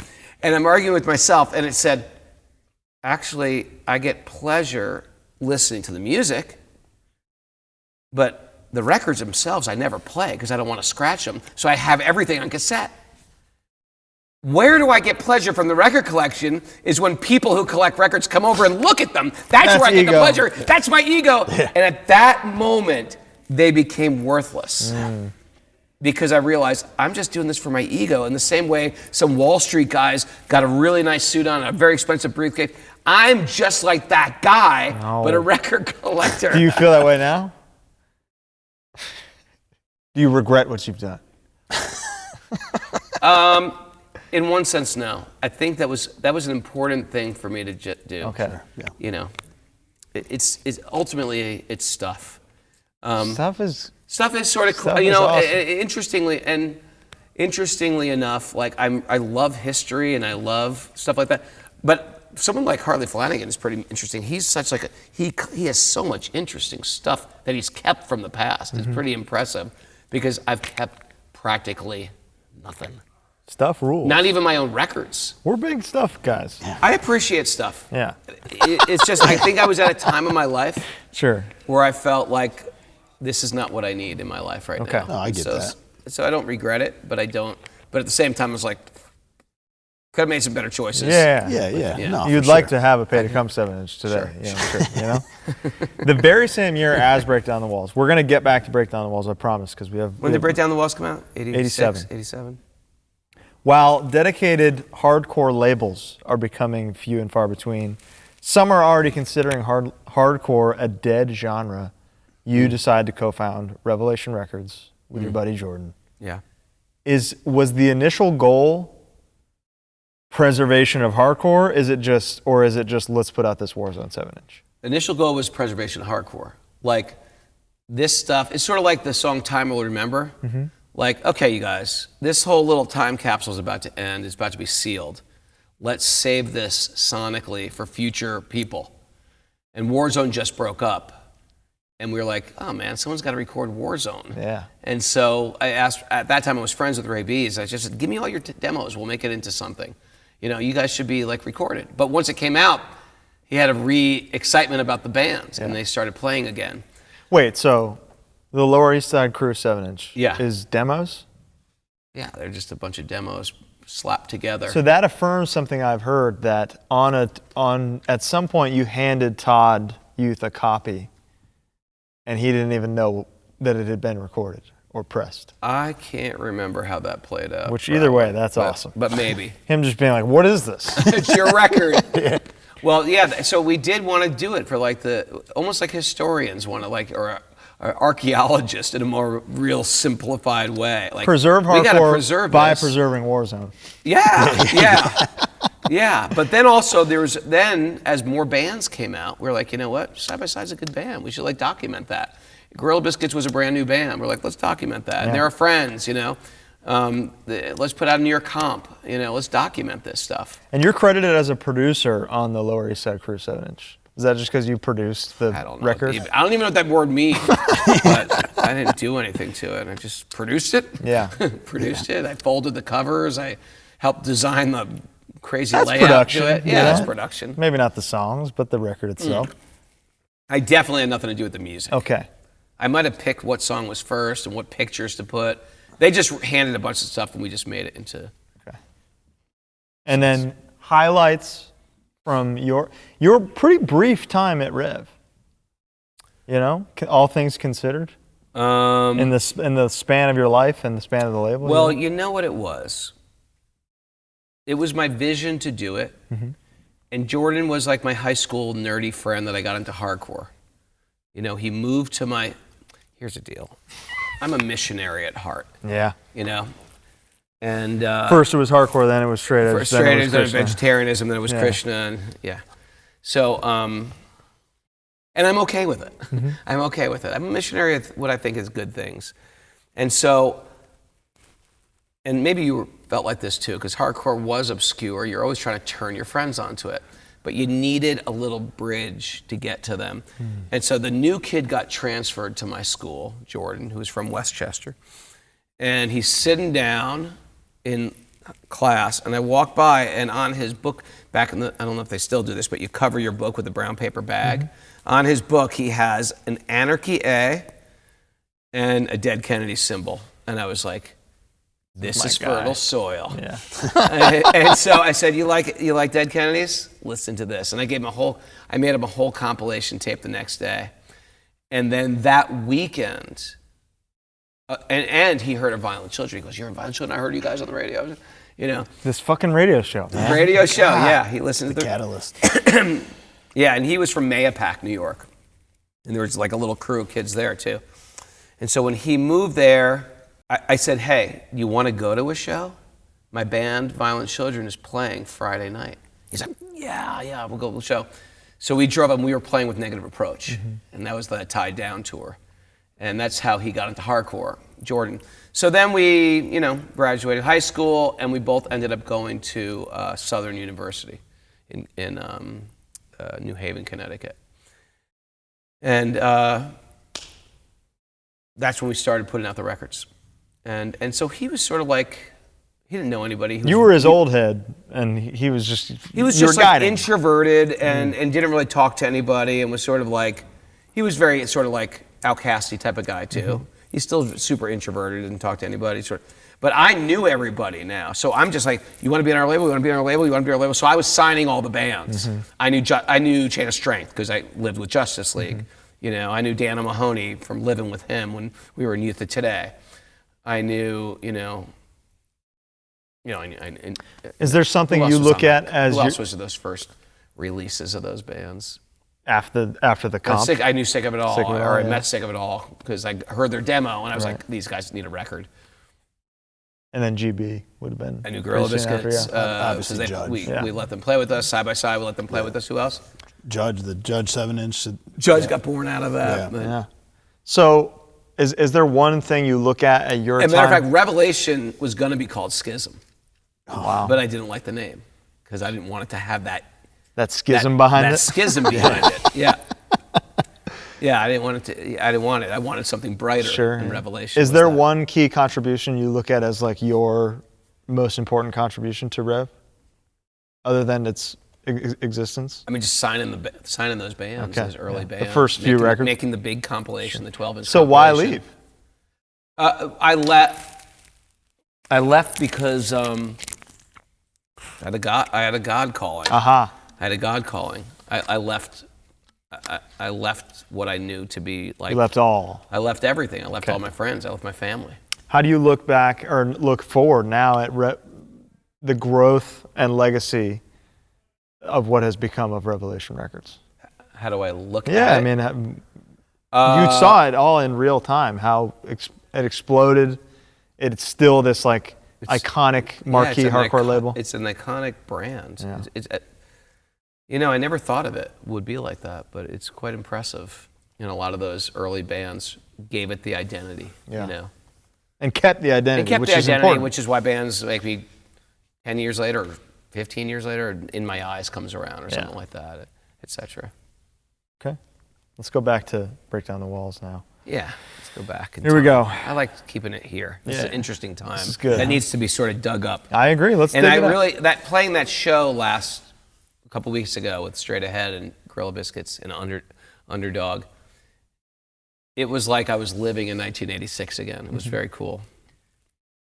So, And the funny thing is, all those shows, there was always, the Lower East Side had always an element of like, am I going to get my ass kicked today? There was always that element of danger at any step. Something could happen. Now these shows are sort of like, it's a family affair. This guy's 40s with a 17-year-old son that loves straight edge, and it's a family affair. sure. Awesome. So the record comes out. I mean, I'm really fascinated in how it was made. You said Break Down the Walls. Like, you can't recall the writing and the writing process really outside of. I mean, the writing process I did on a lot of those songs I wrote when I was sitting in California. And are you not thinking like, oh my God, this is a debut LP, this is scary, or are you just like, I'm ready to write, let's go? All I wanted to do with Youth of Today was make a single and a 12-inch. That was my goal, and tour. Okay. That was my goal, and that was it. I was ready to, and so I remember writing One Family. I remember writing Shout It. I remember writing Honesty, just sitting at a base at 7 Seconds House in Reno, Nevada. That's, my memories. Break Down the Walls I did on my mom's piano. And what other songs were on there? Make a Change. Make a Change. all written in, I think most of that was written right after that Can't Close My Eyes just came out. Okay, so you're ready now. You record this record. Eventually, Drew leaves the band. Yeah, Drew was great because Tommy quit in the middle of a tour. Yeah. That's like an interesting. Tommy just says, I can't do this. And he left. And so we called Drew from Bold, and we were best friends with him. And we're like, we need you now. And we're actually best friends with his parents as well. You understand, these guys were children. Yeah. Interesting. Yeah. And he rips at drums. It was great. Yeah. It was great. And we loved him. We were like such good friends with him. How old is he? Maybe 14 at that time. On Break Down the Walls? Or going into Break Down the Walls? I think so. Holy fuck, That's crazy. man. And he's ripping on this Yeah. record. Timeless performance. So where the good. snare, and on this recording, the snare like disappears whenever the parts are going in. And then it uncompresses for like Oh, really? when it's by itself. Yeah. That's awesome. Drew exits the band, and you get a young Mike Judge on drums. Oh, we got a young Mike Judge. Now, Mike Judge is interesting because I remembered seeing him back when I used to visit New York, and he always dressed like a full-on British skinhead. Yeah. And, Mike is very silent. So he always just sort of like has a sort of like, he's sort of oftentimes can be sort of expressionless. And so I was like, this guy wants to try out. We were trying out drummers. Yes. And then sure enough, he shows up at that pizza shop we all ate at St. Mark's Pizza. And we're interviewing him. And he's got a baseball cap. He doesn't look like a skinhead anymore. He's got a baseball cap. He's got 2 X's on his hand. Looks like that. He looks just like that. I was like, frickin' this guy too has become straight edge. You got everybody. Everybody became straight edge. Yeah. Awesome. At least for a moment they did. Yeah. Some stayed. Some stayed and some fell sort of off. like, sick of these losers or whatever. Craig leaves the band as well to focus on Straight Ahead, he says. Can't remember why Craig or how Craig left. He told me it was to focus on Straight Ahead. So, Okay. But a young man named Walter Schreifels joins on bass guitar. Now that was interesting, and Porcell can tell this story better because Porcell was friends with Walter from Brill Biscuits.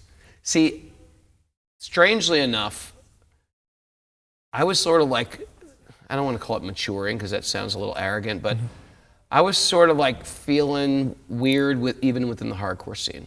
I was having a deeper spiritual calling, even at the time of Break Down the Walls, because straight edge started becoming, it started becoming a brand. So are you like, I've done my job? Not even I've done my job, but just sort of like, I didn't really mean to create a brand. Okay. I liked punk because it was sort of unique and nonconformist, but now we're all conforming. Now, Sure. now there's a definite uniform, a definite font, Yeah. a definite look and hair, which I thought was just the way me and Porcell dressed, but now people are adopting that dress. That's youth And crew. it just I know. Yeah. And it just started becoming less, I don't know, I felt like, it felt constricting. You're talking about the things that like, you mentioned people not liking youth of today for a certain reason. Yeah. Like they just had this inherent bias. It's because of that. It's and like because- it's you're because of that. down on the same things I for was your own band. at heart, I was like a punk trying to find myself. I just believed in clean living, and so I started like leaning more into metaphysical things, spiritual things. 'Cause I just felt like the life is about self-improvement. Okay. And so from clean living, I never felt like it was I never felt like that was the landing pad or the goal. I felt like that was like a threshold to something more. And people started treating it like it's the landing pad. This is the goal. We hit it. This is the home run. And then it became used against other people who weren't like that. And to me, who was already sort of into spiritual stuff and Buddhism and things, I think, well, you guys, you're just getting trapped up in your ego here. This isn't the final goal. There's higher places to go in this. And that's what was that. And I didn't even vocalize it that much. And at that point, we started creating a brand, and people wanted that brand.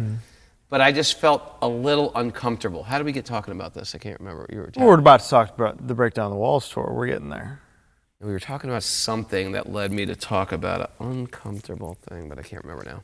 Were you just saying at that time how your mindset going into this time, where you were kind of down on everything that was, like the was successful? Straight edge. Yeah. Anyway, I can't really remember where I was at, but I had something to say, but it'll probably It was good. reappear. I bet it was good. It'll pretty much reappear. So Okay. Break Down the Walls came out, and I was sort of like, I was saying how, we were talking about how do we get Walter in the band. Yeah. Oh, yeah. So I didn't even listen to Gorilla Biscuits or Side by Side for that matter. I mean, they were just sort of like friend bands, but at that point I was like, Didn't Revelation put out the GB7? I did, because they were, but out of friendship. Sure. But, and this might sound, it might sound arrogant, and that's not arrogance, it's just where I was at. Yeah. I felt like I love Youth of Today so much, and I loved Uniform Choice, but pretty much I wasn't really interested in newer bands. I felt like between Youth of Today and Uniform Choice, I love those bands. Which is not ideal as the owner of a record label, you know? Well, no, because the record label, I was more of like a documentarian. Okay. I wasn't trying to at that point, I felt all my bands that I loved they were already done.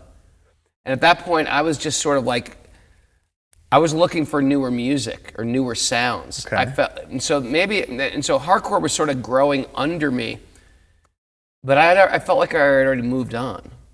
By 1987? I know, isn't that weird? It's crazy. I know. 2 years after you're saying that we got to change this shit, guys. I know, but and then it works, and you're like, oh, this sucks. Yeah, and it just became this branded monster. I didn't necessarily want to be immersed in, and so Porcell said, "You got to listen. That guy from Gorilla Biscuits is a really good bass player. We should get him in the band." I was like, "Well, he plays in Warzone now," and I was like, "If you want to get him, see if he'll join." So he talks Walter into joining the band. And Walter loved Youth of Today. Walter loves Youth of Today. Yes. He fits more of our brand than Warzone. Were all dressed like skinheads, like British skinheads. And Walter's sort of like a Youth of Today skate guy, stuff like that. I think it's a better fit. Man alive, 1987. I was like, I think it's a good fit. You get him in the band. So he gets Walter to join the band. And I remember Porcell just goes, Raghu, you got to hear this message. Ray, you got to hear this message. And so he plays, back when we had answering machines. It's Ray B's. Oh, no. I wish we saved this. He's like, yo, you trying to schism me out of a bass player? I'm going to kick your ass, Porcell. When I see you, you are a dead man. You are a dead man. Bo, Billy Bo, I'm going to kick. It was Ray B's threatening to kill Porcell. And I was like, oh my God. For stealing Walter. Does Walter know this? We all know now. Okay. Now we all know it, but I don't know how I devastating talked Ray B's out of that one.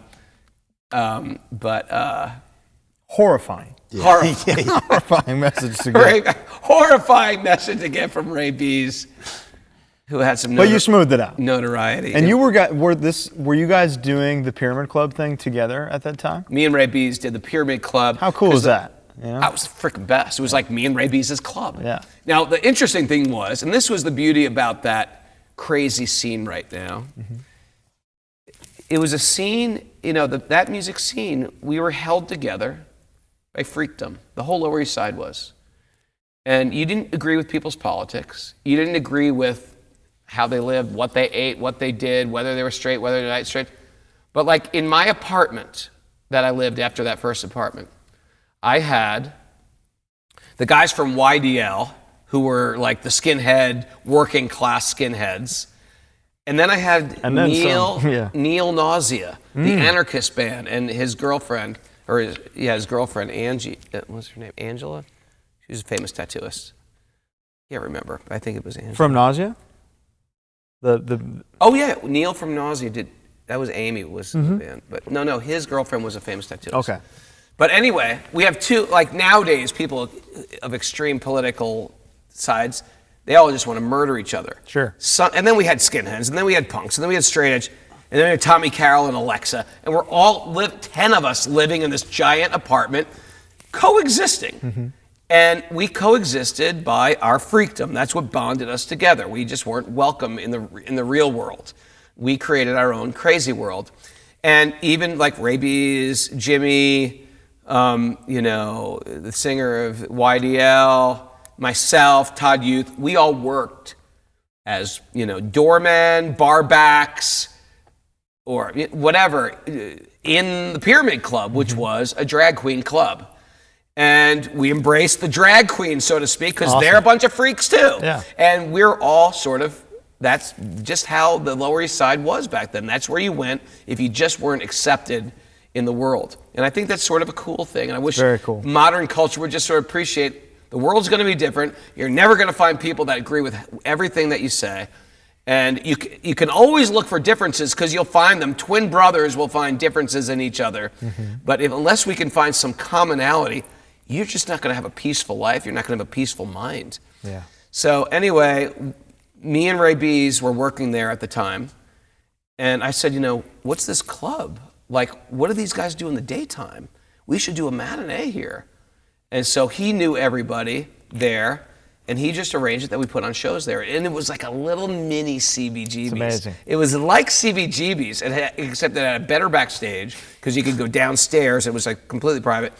And then it was just like, it's the same layout of CBGB's, but like a little tighter. And there was no drag queens in the daytime. It was just an empty club, and we just brought the whole hardcore scene in. And that was really great. Beautiful. That was a really special time. Beautiful stuff. So, Richie Birkenhead, Porcell, you, Walter Schreifels, Mike Judge. This is the lineup for the Break Down the Walls tour. Yep. 2 months long. 2 months. Well, you gotta understand, 2 months long doesn't mean you're playing 62 days. Yeah, but it's like 51. Oh, was it? I can't remember. Something like that. I can't remember. All I remember is... Break down the tour for me. Back then to book a tour, it wasn't easy.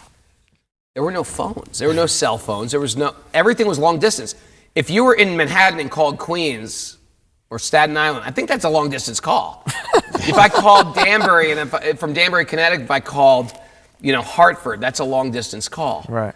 And so we all had illegal Sprint numbers given to us by our friend who was a computer hacker. And that's how we would... So Sprint, in a way, made this tour happen. Sprint, sponsored by Sprint. I'm lucky I'm not in prison for it. Yeah. But we had a friend that would just print out thousands of Sprint numbers. And this was like, again, before... Then you have to call some guy. And there might not be... There's just a rumor that there was a 19 or a 17-year-old kid that puts on shows in Iowa City, Iowa. Stuff like that. Yeah. And you call them, hey, we're in town. We're trying to get something this week. Can you get anything? But to do like a show, like a tour we do now, where like 7 days are booked with 7 shows, that was impossible. For us, it was. Like geographically and logistically impossible. Not even logistically. It's like there were no shows. It just doesn't exist. Shows didn't exist then. So you had to play a show. You had to find a place to stay for 4 days. You'd find another place to play. That place is canceled. You show up and there's a bunch of freaking crazy people at the show. Stuff like that. You're playing at a house. You're playing, I think on that tour we played a foundation of a house that's being built, in Denver. It was just like crazy trailblazer. Again, sort of Lewis and Clark style, just going through with shows set up by 17-year-old kids. And was it good? Were the shows good? Youth of Today never had a bad show, ever. What a fucking unbelievable statement. It's a great statement. We never had one bad show, I can say that. In all ways. Yeah. Wow. Every show is great. Unbelievable. Any key highlights come to mind from the tour itself? Okay, that tour, let's see. We got Boom and Legion of Doom throwing deer meat at you guys. Where was that? Stealing Richie's Les Paul. Oh, we got all our stuff. In Michigan, we got all our stuff stolen. Someone broke into our van and stole all our equipment. Might have been Boom. I can't remember who they are, but... That's what they say. Yeah. We had great shows. That's all I can say. We did lose all our equipment. Okay. But, back then, whatever. Yeah. The show must go on. We borrowed equipment. We practically speaking, never had equipment. But you don't think about this tour and go like, oh my God, that's when this happened. Sometimes these tours blend together. and there were a lot of mini tours in between. You don't remember a 2-month brutal summer excursion? I've been doing summer excursions my whole life. Okay. I got you. If you have some things that could remind me of some particular places. Well, you came back to Southern California, and Where did we play? And well, I don't know where you played, but Oh, I know. Texas. We played in Texas, in Waco. Was it either Waco or Lubbock, Texas? I think Lubbock. And we played at a pizza shop. And a guy put us up at his house. He was like a record collector too. And then we got a call. Hey, do you want to play with Blast, Uniform Choice, maybe 7 Second? I can't remember. The Exploited. The Exploited at Fender's. Now, Fender's was the best place to play. 3,000 cap. Yeah, or something. 3,000 Yeah. people. And we drove something in our van that had no air conditioning.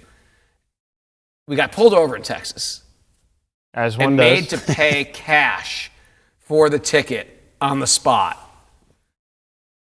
And then we drove nonstop, which nowadays doesn't sound like a big deal. I've driven nonstop across, but nonstop in our van with no AC, just driving through that desert to just make it to that show. And we played, and we started with Break Down the Walls, and I started by, there was a barrier, and there wasn't a barrier previously when I went there and played there. And I said, let's start with this barrier, Break Down the Walls. And it just went berserk. That was a great show. And you mentioned the first, like, coming back for the first time here and seeing it's straight edge kids in Jordans and athletic stuff instead of what you saw the first time you went. That was quite, it was quite shocking. It was quite It's like, shocking. I mean, I did this. Yeah, You know? it was quite shocking. And then it was quite shocking. It became a brand. It became a brand. Okay. Not To your chagrin in some way? Yeah, it wasn't intentional to be like that. It was just like, oh, okay, we were all dressing the same now. You know, it's There is a great oral history of this tour online put together by Tony Retman. So you can check that out. interesting. It's really good. And it's fascinating. Oral, he told it. Yeah, well, it's a ton. It's like Mike Judge tells some stuff. Oh, Porcell interesting. tells some stuff. Okay. You're in there a little bit. What little memories I have. Yeah, it's in there a little great. bit. But on this one tour, Mike Judge is sitting in the van writing lyrics and realizing that they're never going to be Youth of Today lyrics, and decides to start his own band when he gets home. At the same time, Richie gets the bug, and when I get home, I'm going to get Underdog going again. Important tour. Yeah, it was important, and I was getting out of it. Matter of fact, I think the band broke up at a certain point. Yeah. Because I can't remember why we broke up, but there was something not feeling right in my heart about it. And maybe it was everything we're talking about, it's sort of like the monster we created. It's so crazy that you agreed with that. Because like there's flyers for this tour that say Youth of Today, the most controversial band of 1987. And now you're like, yeah, I agree. That's what the song Break Down the Walls was about, you know? How can we let more people in the circle? Do you think you let too many people in the circle? No, it's not that. It's just like we closed the door of the circle so much, and we made it this. You know what happened was, me and Porcell love music, period. And there came a time, like by 1987, where if a kid was getting into hardcore, they would ask, is this a straight edge band? And be like, no, it's a hardcore band. Not interested. And if you weren't straight edge, it just wouldn't sell even. And I remember Dwayne from Some Records telling me this, like, they just want straight edge stuff. They don't want anything that's hardcore. Even if it sounds just like a straight edge band, if it's not straight edge, they don't want it. And so it created like a bubble within a bubble. Now there's barely any straight edge bands. So yeah, so we could do a little more of whatever. That. Come on back. But so I get why people sort of could hate me for that, and it was controversial.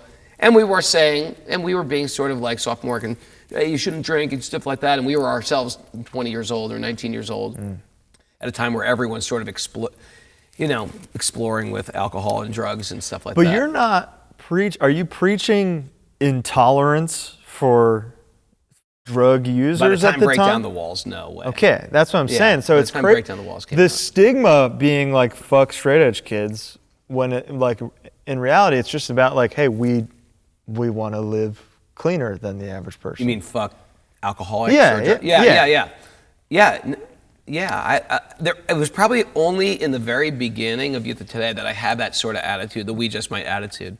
Very soon I just, sorry. Very soon I got over that mentality. I just chose not to choose to be. That's not who I choose to be. Hey, there you go. You know. Okay. Before we move on to Please. We're Not In This Alone, there's a show that was brought to my attention by John Caution, I had mentioned before. I believe it's 1986 Albany.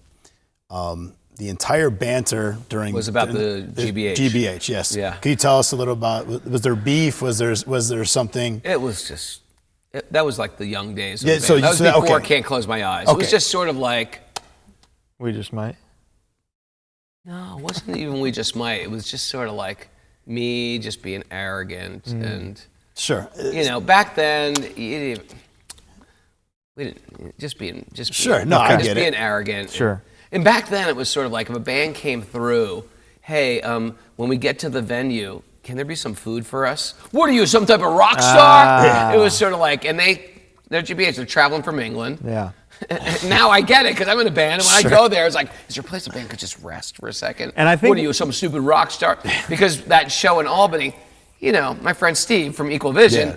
he's just renting out Yeah. a VHW hall in the middle of a ghetto, and for $200, and we don't have any money, and it's all coming out of our pocket. It's not like it's a big club promoter. Sure. So when somebody asks for a $700 guarantee and a backstage, we think like, who do you think you are? A regular You know, band or You something. think you're like a band? What's funny is I think GBH historically, I've heard firsthand, are like the best to like support and younger really? bands. So You know, we're just arrogant. yeah, you came around. Sure. You I didn't figured know if like there was some sort of like confrontation that had happened. I but- love yeah. GBH. Yeah. Let's face it, GBH are great. Yeah. Great. Sure. Okay, last thing about Breakdown the But I Walls. called them great big haircuts. Oh, that's good. That was a good one. Yeah, good. that's good. Yeah. The Girl Next Door soundtrack, the movie, Oh yeah.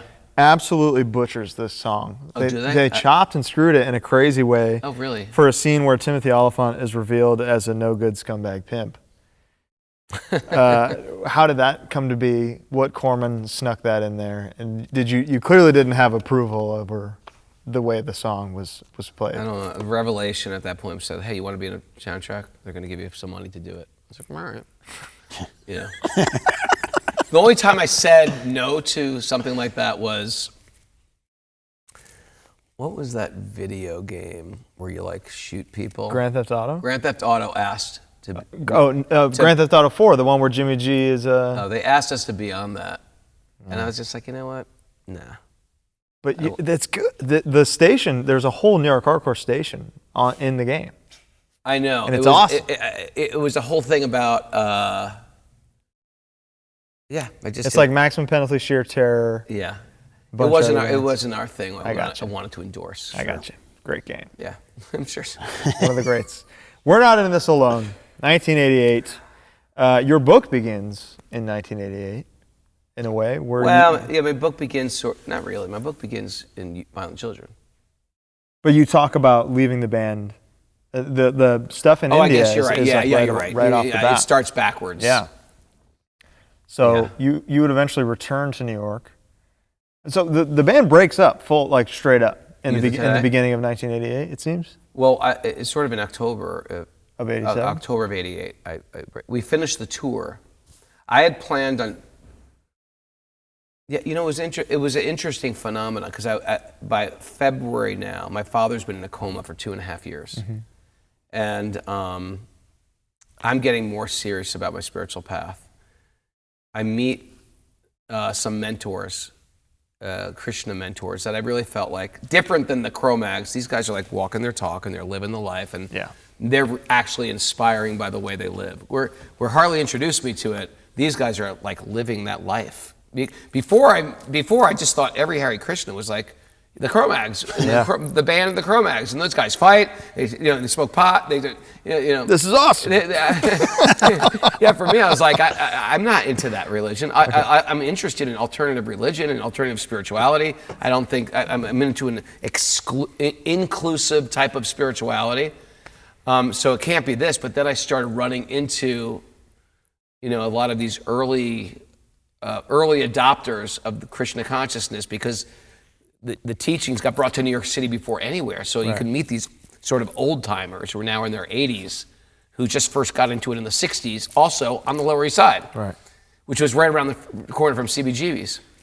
So at this point, I was like, okay, God, why am I doing this tour at this point? I'm like,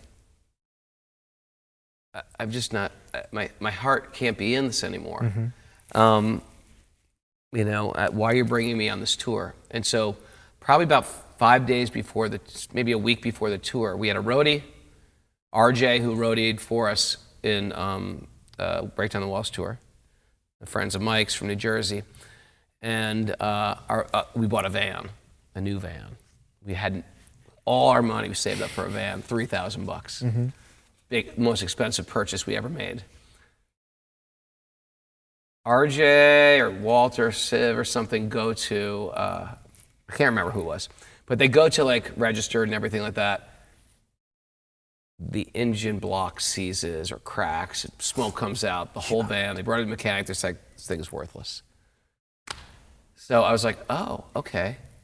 Do you see this as a sign? I see this as a sign of God. Krishna doesn't want this tour to happen. But also the guys, they weren't into me being into Krishna. Really? Even Porcell?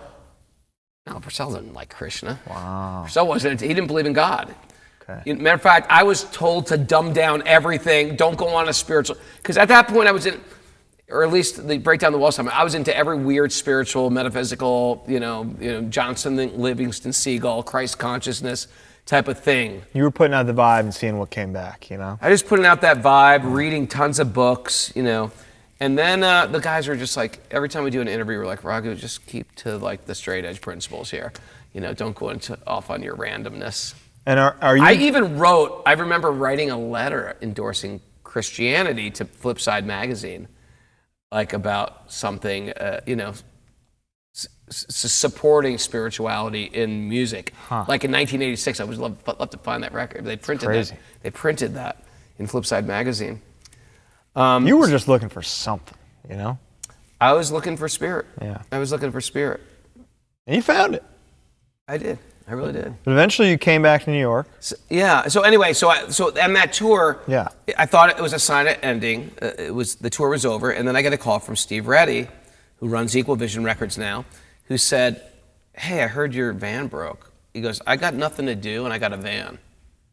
You want to go on? I can take you guys on tour." And I was like, "Damn." Oh. No, I was like, oh, because I felt like none of these guys, I have no one I can relate to. Sure. But Steve is like a little older. I mean, Sammy's a kid, 15 years old. Walter's 17 years old. Yeah. Porcell he was just not a spiritual person. Or at least at that time he wasn't. But this person, Steve, I felt like Krishna sent me this guy. And then we just sort of bonded on that entire tour. And we drove from Connecticut to Miami. And I said, and we had a few days off. And I said, hey, I'm going to stay at this Krishna temple in Miami. Does anyone want to stay with me? And everyone's like, are you kidding? We're staying on the beach. You think I'm going to stay at a Krishna temple? And Steve was like, yeah, I'll stay with you. And me and Steve just said, put us in the kitchen. We just want to do some service here. And so we just washed pots for the entire few days. Jesus. And we had so much fun. Okay. And we just had so much fun the entire time. We made some incredible people that we still know to this day. And the rest of the band went to the beach and got sunburned. And we just and that started the tour. And from then on, actually, I got so many funny stories. I think it goes to show that you remember washing pots at a Krishna temple in Miami more than the entire Break Down the Walls tour. I think that speaks to how you felt. But let's talk about making We're Not in This Alone. You get so Sammy's in the band now. Sammy's in the band. Walter's Richie's out. in the band. Richie's out. 4-piece band. This is now that we're not in this alone lineup is the same lineup you will see today if you go see it Yeah, today. and you know what? There was something very magical about this lineup. It really clicked. You know, there's like people bring their individual karmas together, and this karma was the lineup. I felt. And I didn't write every song, unlike every other record. Most of the other records, I wrote practically every song. Walter wrote No More, right? Walter wrote No More. He wrote, I think, Choose to Be. Banger. Yeah, amazing. Anyway, Yeah. I wrote a bunch. I wrote probably most of them. Or How's the dynamic with the 4 of you today? I'm looking forward more than playing the show. I'm looking at. I love these guys. Yeah. Which isn't great because sometimes when bands have been around together, and even when they get big together, like I cannot travel on the same tour bus with that person. Yeah. But we do this because this is how we make a living and we just have an understanding. I actually love those guys. Like Sammy, I feel like is like a best friend. He made this happen. Oh, really? So Okay, thank yeah, you, Sammy. Sammy's great. Legend. Porcell, I love. Walter came to Indy with me for a month. You know, awesome. Walter's great. I love these guys. Okay. You know, still love Steve Reddy, Brody. You know, it's great. So your final LP, you already fulfilled the original goal of a 7-inch I did. and a 12-inch. I feel like I fulfilled my goal. But you got another one in the tank ready to go. But I guess I was just at a crossroads and. So are you not feeling it going into We're Not in This Alone? No, going into it, I was feeling it. Okay. Going into it, it re-triggered something in me. Mm-hmm. There's importance here. There's substance here. Yeah. We're back. We broke up and we're back. Poetic. Yeah. You know? Poetic. How does other than maybe somebody else writing for the first time, you have this new lineup. You're back from India? No. You haven't gone before Haven't gone the to record? India yet. Okay, so No, that's haven't my gone to mistake. India. Not Well, just sort of dabbling into Okay. Krishna You just at sort- this time okay. as a serious thing. At this point, I'm like really into yoga. I'm into Ayurvedic medicine. I'm into Buddhism. I'm into Christ consciousness. Okay. I'm into whatever. Do you feel pressure from the success of Break Down the Walls, connecting with so many people? I don't know if I feel pressure. The record just was excited? I felt like the record's going to be great. Okay. I knew what I was doing, like meaning I know how to write a hardcore song, and I know how to sing a hardcore song. I was like expecting this to be, you know. What was interesting was Caroline Records. Yes. So why Caroline and not Revelation? Was it a matter of resources? Well, it was weird because I tell you, I'm not like a businessman. Mm-hmm. I'm sort of an artist and a spokesperson and whatever. But at that point, we had a bold record coming out in Revelation. We had the compilation coming out in Revelation, the 12-inch compilation. And then we had the Youth of Today. The Way It Is? Right?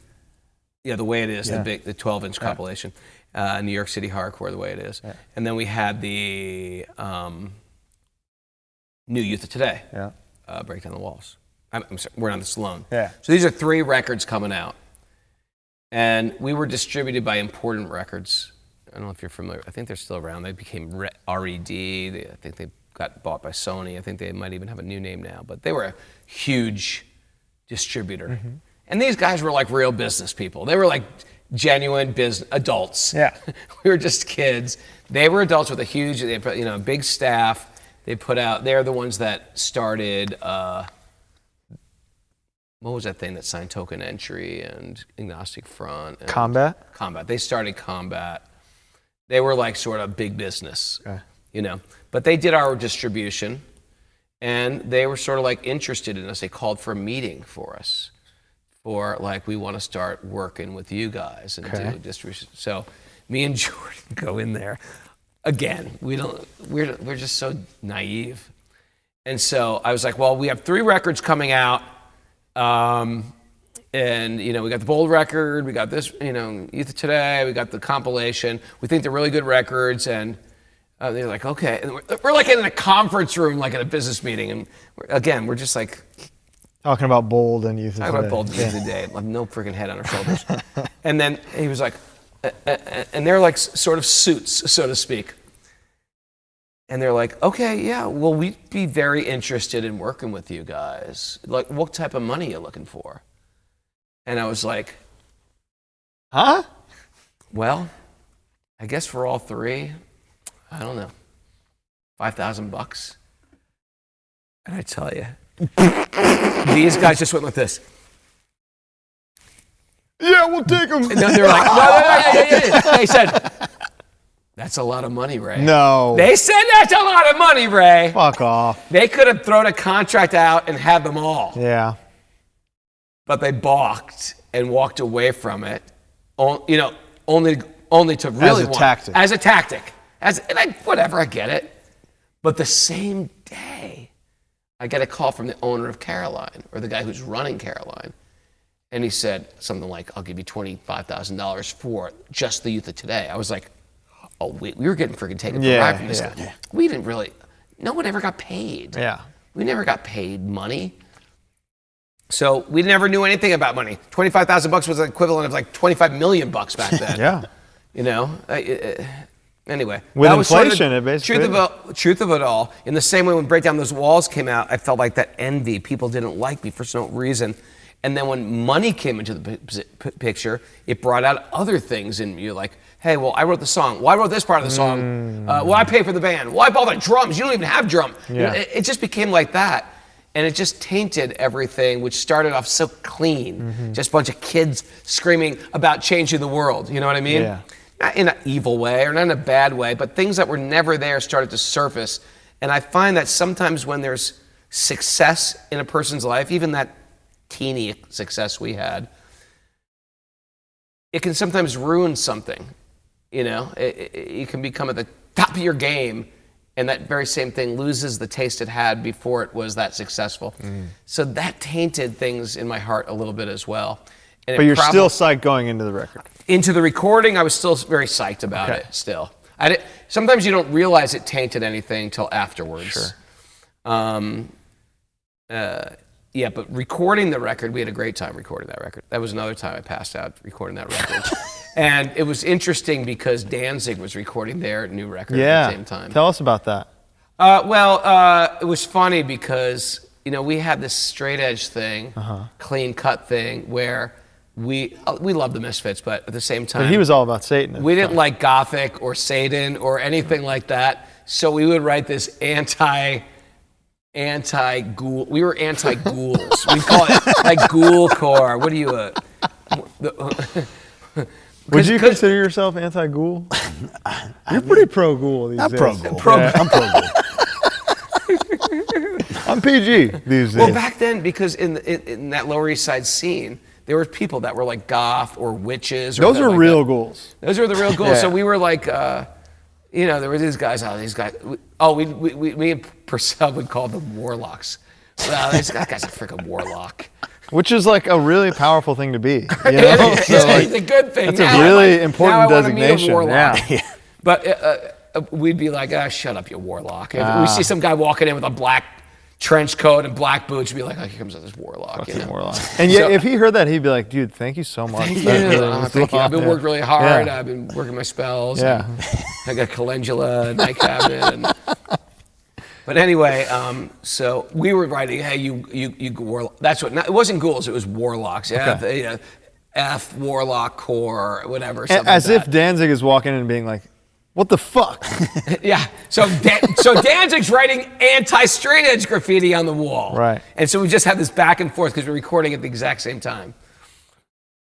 Now, the crazy thing is on that record, and you probably heard this before, but this was the famous Chungking Studios. This is where Danzig recorded. You know, I think the Beastie Boys recorded there. This is where Rick Rubin brought everybody to record, from what I remember. And we were like, oh my God, we are getting time at freaking Chungking. Yeah. And we were so excited about it. And what we didn't realize is it's got nothing to do with the studio. It's got everything to do with the producer. And I think the guy who was... Les Pause Davis was the guy who engineered your... Yeah. Was it? Okay. Well, I don't like him. The thing was so bad. We were shocked. Yeah. That first pressing was And it's like, could you not review and approve this mix before the pressing is done? We did, but it just, we didn't know. Sure. We weren't like, I don't know, refined musicians, I guess. And I think on that first mix, I don't even listen to it really that much anymore. But Sounds like it's underwater, kind of. Yeah, and you can't hear the drums. And Sammy had to, so when they went back to redo it, they made them do this drums over. You got to hear from Sammy exactly what happened.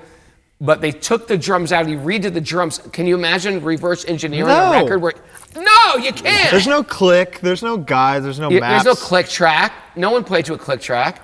It was just he had to redo the drums. I don't know how they did it, but we went back in and redid it, and the guitar was so loud you couldn't even hear anything else.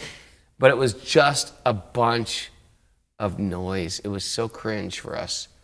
But everyone loved the record. I can't figure it out. And it's current incarnate, like it sounds great now. So nobody would ever really know. Yeah, it sounds really loose, and it wasn't supposed to be that loose. It was supposed to be a polished major Very label tight recording. So Les Paws Davis absolutely fucked this thing. I don't even remember Les Paws Davis. Okay. The No More music video. Let's talk about it. Yeah, so how did that come about? That came about because that guy, what's his name, Dan Nichols, who recorded Break Down the Walls, was like, if you ever do a music video, we got all this fancy video equipment now. And that's when music videos just started happening. Sure. So we said, yeah, well, we're going to play a show at this club, the Anthrax in Connecticut. And this time the Anthrax moved to not like the art gallery space, but they got a big, fun place. Because the shitty thing about the old Anthrax, it was like in a basement. So they're stage diving, which is the funnest part of hardcore when I was growing up, was not existent. It was not existent at that point. So that's why the Anthrax, for that reason, always sort of sucked. But when they moved to this new space, which was like a warehouse, it was like so freaking great. And Youth of Today played there, and we said, hey, we're going to play there, we're going to film a song. And when you make a music video, you got to lip sync it to the actual recording. Yeah. So it's always a little cheesy. But whatever, one song with a couple other takes. We just say, hey, we're going to do a song called No More, and everybody just get into it. We're going to play along with it. You got to just get into it and say it, stage dive. And somehow Dan Nichols screwed up the sync track. So it's not synced. You keep getting fucked on this record, man. Yeah, seriously. There must have been some astrological, you will not be synced in this period. Yeah. But we were... That was Krishna talking. That was, but people saw that video. It was great video. Back then, I think it was pre-MTV. There was a thing called Night Flight. And it was like, no one had videos back then except like Adam and the Ants, the B-52s, Well, you picked U2. You picked the ultimate vegetarian anthem and used real PETA animal, crazy animal footage in it. I think. Well, some stuff we shot in the West Village, which is interestingly enough later. It's a very trendy place to live now. It's called the Meatpacking District because that's where all the meat markets were. They still probably have some around there too. And that's where we shot it, and I ended up living there in the 2000s. So are you just guerrilla style, like getting them butchering animals and stuff? No, that stuff, that was from that. The footage there is when we're spray painting on the wall, and when we're running down the street chasing the truck, and Tom putting our hands on Tom's shoulder while he was eating the burger. That's all done. Yeah. So because that was going to be another question. When Porcell goes like he shakes his head, who's holding the burger? Tom Boiling Point. Okay. Boiling Point Fancy. Okay. Yeah. Tom, come on, man. Well, he did throw it down. He did say no more. Yeah. He did say no more. He did say no more. Hey, no one knew what music videos back were then. Look at any music video from the 80s. We were all lost. Sure. It's a fun time capsule, if anything. It's a fun time capsule. You mentioned... And it was fun. Seeing a hardcore live show, that was pretty cool. Yeah, absolutely. It's awesome. Got some classic... Immortalized. People, those are your friends Steve Reddy's stage diving. You got, Gus Straight Edge doing his dive. I don't know. It's a whole party. One quick story about the No More video. Like the early Harm's Way days, I bought a VHS tape from someone on eBay, and I think it had the Floor Punch Final Mosh, it had the No More video, maybe a couple other. Crazy combo. And we used to we'd practice and we'd put it in and we'd watch the No More video all the time. And it was just like, because that was before YouTube and stuff. So how early days of Harm's Way was that? Oh, like OG, Okay. 06, Power Violence, 2006. Harm's Yeah. Way? Wow. It's just like, I just remember, like, it's such a good memory of just watching that video. Because I'm just curious when the first time you guys saw that video. for me, 2005. Early teens, Yeah. probably around the same time. 2005. So that's like when on YouTube or something. Or you actually No, have a video? VHS, on a VHS tape. Okay. Yeah. So I mean, for me, in 2005, I was 19. So, because before, like I said, all the stuff was, I mean, it was You had to only dig or documented. be given it. Yeah. You know? Interesting, huh? Yeah. Video cassettes. You had to care to see it. Yeah. Now, We tried. We you took did a shot great. at it. You did Yeah, it's great, great. man. It's great. Now, Made from a statement. finishing the record, do you feel rejuvenated? Or do you Finishing which record? That record? We're Not in This Alone. Yeah. Or do you feel defeated by the process? I felt like that wasn't our best game, but then I was shocked. Everyone's like, "Oh, this is a great record. I love your record. We can't stop playing your record." I was like, "Really?" I liked my personal execution of it. I liked the songs on it. I felt like the lyrics were very, very right on and to the point and heartfelt. Why re-record Understand and not Together? I love to understand better. Okay. Yeah. It was the more the merrier, you know? Yeah. Oh, why not redo that one too? I thought it would be cool to leave something unique Yeah, that no. was not on another. That's the record collector mentality. Yeah. Even in 1988. Yeah, that record collector. I was a sick record collector. It's that ego, you know? Well, you didn't re-record together because of ego. I mean, you got Revelation record was all about making records to collect other records. Beautiful. Still is. Okay, so now the We're Not in This Alone tour, June to almost September 1988. That was a freaking long tour. See, you remember this one. I do Did this one remember. break you in a way? No, I had already sort of left the hardcore scene in my mind. I was already, I'm going to give my life to God thing. And strangely enough, Steve did too. Yeah. That tour got him turned. It took me a long time examining Krishna, reading Krishna's books and stuff like that to feel like this is my path. For him, he was like, this is my path. Like that after we stayed in Miami, he was like, I think for the most part, he was like, I like this. I can get behind this. And when we both left the tour, he was, me and him had both, I think he promised Porcell he'd live in the Schism house for a month, or he'd move in there, so he paid that rent, and after the month, he ended up just moving into an ashram.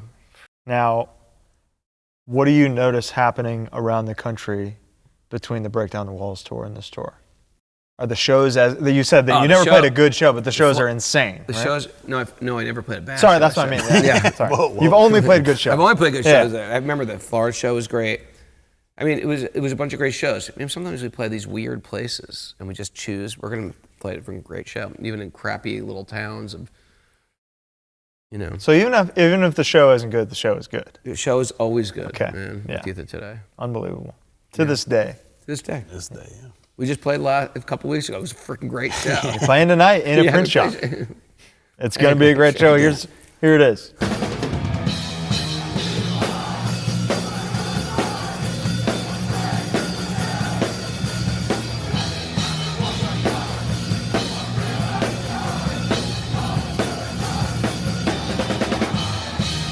It'll be great. Wasn't that unbelievable? Unless you come, it might suck, and then you'll see the only sucky show. No, it already of happened. you And it was today. great. Don't worry. It already happened. It was weeks ago. Okay, so do you feel on this tour that this record resonated the same or as well as Break Down the Walls did? Well, I think the community was just bigger then at that point. So there was more people out of the shows, more people knew our stuff. But me, I'm getting more and more disenfranchised. I'm losing faith. Like, I'm in my big deal mode. I'm sure people get that. Like, I'm sure the Beastie Boys got that after the third record. Like, okay, big deal. Yeah. Everybody loves us. Big deal. Okay. A bunch of people hate us.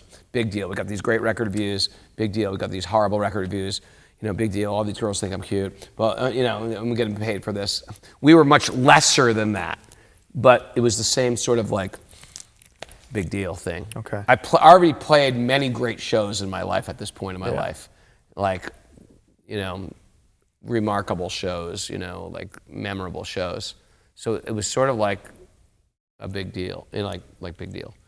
And I was getting a louder calling. At the same time, my father's practically dying, and then he ended up dying when I got back.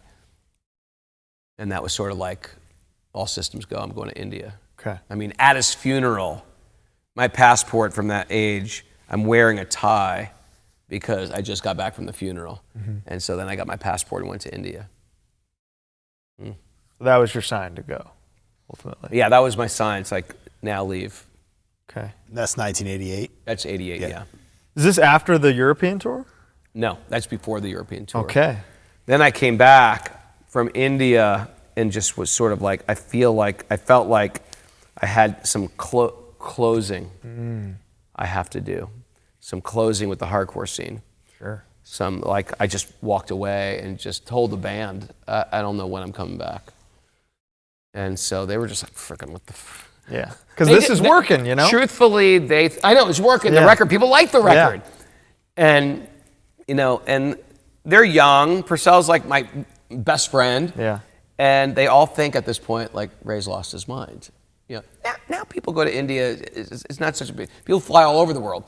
To fly to India back then was like going to a whole nother planet. I mean, what you describe in the book is like, you're uncomfortable, you know? Oh, I was really uncomfortable. Yeah, and so it's like, you understand the Ray lost their mind thing because you're losing your mind while you're there. I mean, before the information age, you didn't even know what you're flying into practically, unless you pick up a National Geographic or read.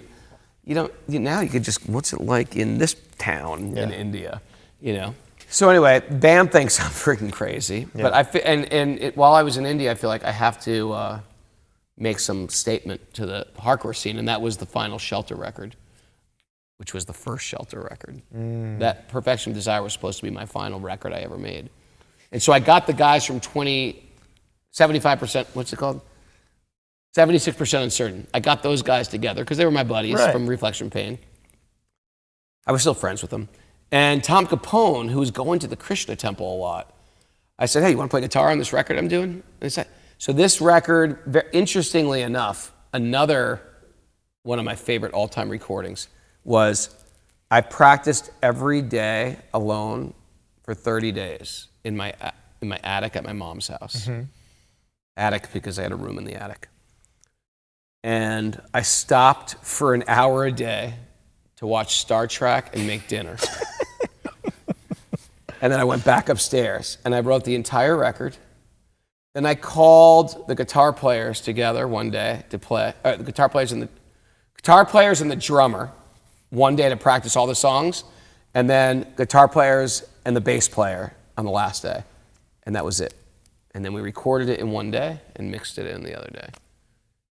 And their Shelter is born. And then Shelter. And your goal with Shelter is Shelter is just to, that was it. That's it, it's done. Wow. And then now, so, because that comes out in 1990? 91, 91, maybe? So how does the Disengage 7-inch fit into all this? Because obviously... Disengage, I was already... That sort of came out at the same time because I was already like... Was the goal like, this is our posthumous goodbye to youth of today, kind of? I had that song, and that record, I only wrote Modern Love Story. Really? Oh yeah, because I wrote all the lyrics. I wrote all the lyrics. Right. Walter wrote Envy, I think, and Porcell wrote Envy Disengage. Is hard. Yeah, it's might be the hardest. Sounds like a Judd song. It does. Actually. Yeah, it's not my style of writing. Musically? Not like Too I hard? don't like it. No. It's just like it doesn't sound like something I wrote. Oh, okay. So I can tell what I write just by hearing the song. I was like, I didn't write that. I wrote that. I didn't like that. You hear excessive palm muting, it might not be you. So anyway, I think that came out after I was already opted into the Hare Krishnas. I still communicated with those guys a little, and they said, hey, we did a record. Do you want to come sing? And that was it. That was it. And same with the Ray and Porcell single. I was already a monk at that point. Because I was going to ask you about that too, because it's like electronic drums. Like, what was the influence for? I didn't write any of that. Porcell wrote that record, and he wrote it with a girl singing it. And I think the drums were much more complicated. Sure. And then the girl, he didn't like the girl who was singing it. Something didn't work out. He said, he needed his best friend. Huh? He needed his best friend. He called me up. in the temple, somehow found me. I was in Houston, living in the ashram in Houston. And he said, hey, man, I recorded this thing. It's sort of weird. It's got a drum machine, but you want to sing on it? I said, all right. I came back to New York and just sang it for a day. And while he's handing the drum machine to Don Fury, the batteries pop out. And it forgets the entire drum programming. Yeah. And that's why he had to reprogram it on the spot. That's why the drums are like, boom, choo, boom, boom, boom. Oh my God. I can't even listen to that record, truthfully. It's just... I mean, I honestly listened to it on the way here. here. Yeah, it's fun. I've read the reviews of that record too. They're like, whatever this book I was reading. You're a big all three records. My God, that's a dangerous They were game. just shit upon. Yeah, it's like reading comments right there. Yeah, never read comments. So you look back at Disengage as just like, nah, I did it. I came back and did that for a day. No, I love that record. Okay, good. No, I love that record. Yeah. I love that record. I mean, I love the Ray Porcell record because to me, writing the lyrics is sort of like a sonic diary. Yeah. I remember exactly what I was going through when I wrote that song or when I wrote the lyrics to that song. And to have it sort of like encapsulated in something you could play back and listen. Yeah. Yep, that's what I was listening. That's what I was doing when I was 22. That's what I was listening when I was 23. That's what I was listening when I was 16. That's what it's like a sonic diary. Yeah. That's what's cool about making records. Tells you where your head's at, where your heart's at. I feel like that's especially true with the Shelter discography. Because so much happens in the 90s musically. Yeah. And Shelter kind of ebbs and flows with it stylistically. Stylistically. Let's talk about, so you write this record. I write this record, but I gave it up. I'm done. I'm done with it. Okay, and your goal here isn't spread the message of Krishna the same way I spread straight edge. No. Not right away. Mine is renounce the world. Everything is illusion. These guys are lost. These guys, meaning the rest of the band, the rest of the straight edge scene, okay. They're all lost. And I found my path. But the more I studied the books from the East, especially the Bhagavad Gita, I found myself, and the Bhagavad Gita is a conversation between a warrior and God. Mm-hmm. And the warrior is put in this most precarious situation where he has to fight people that he loves on the other side.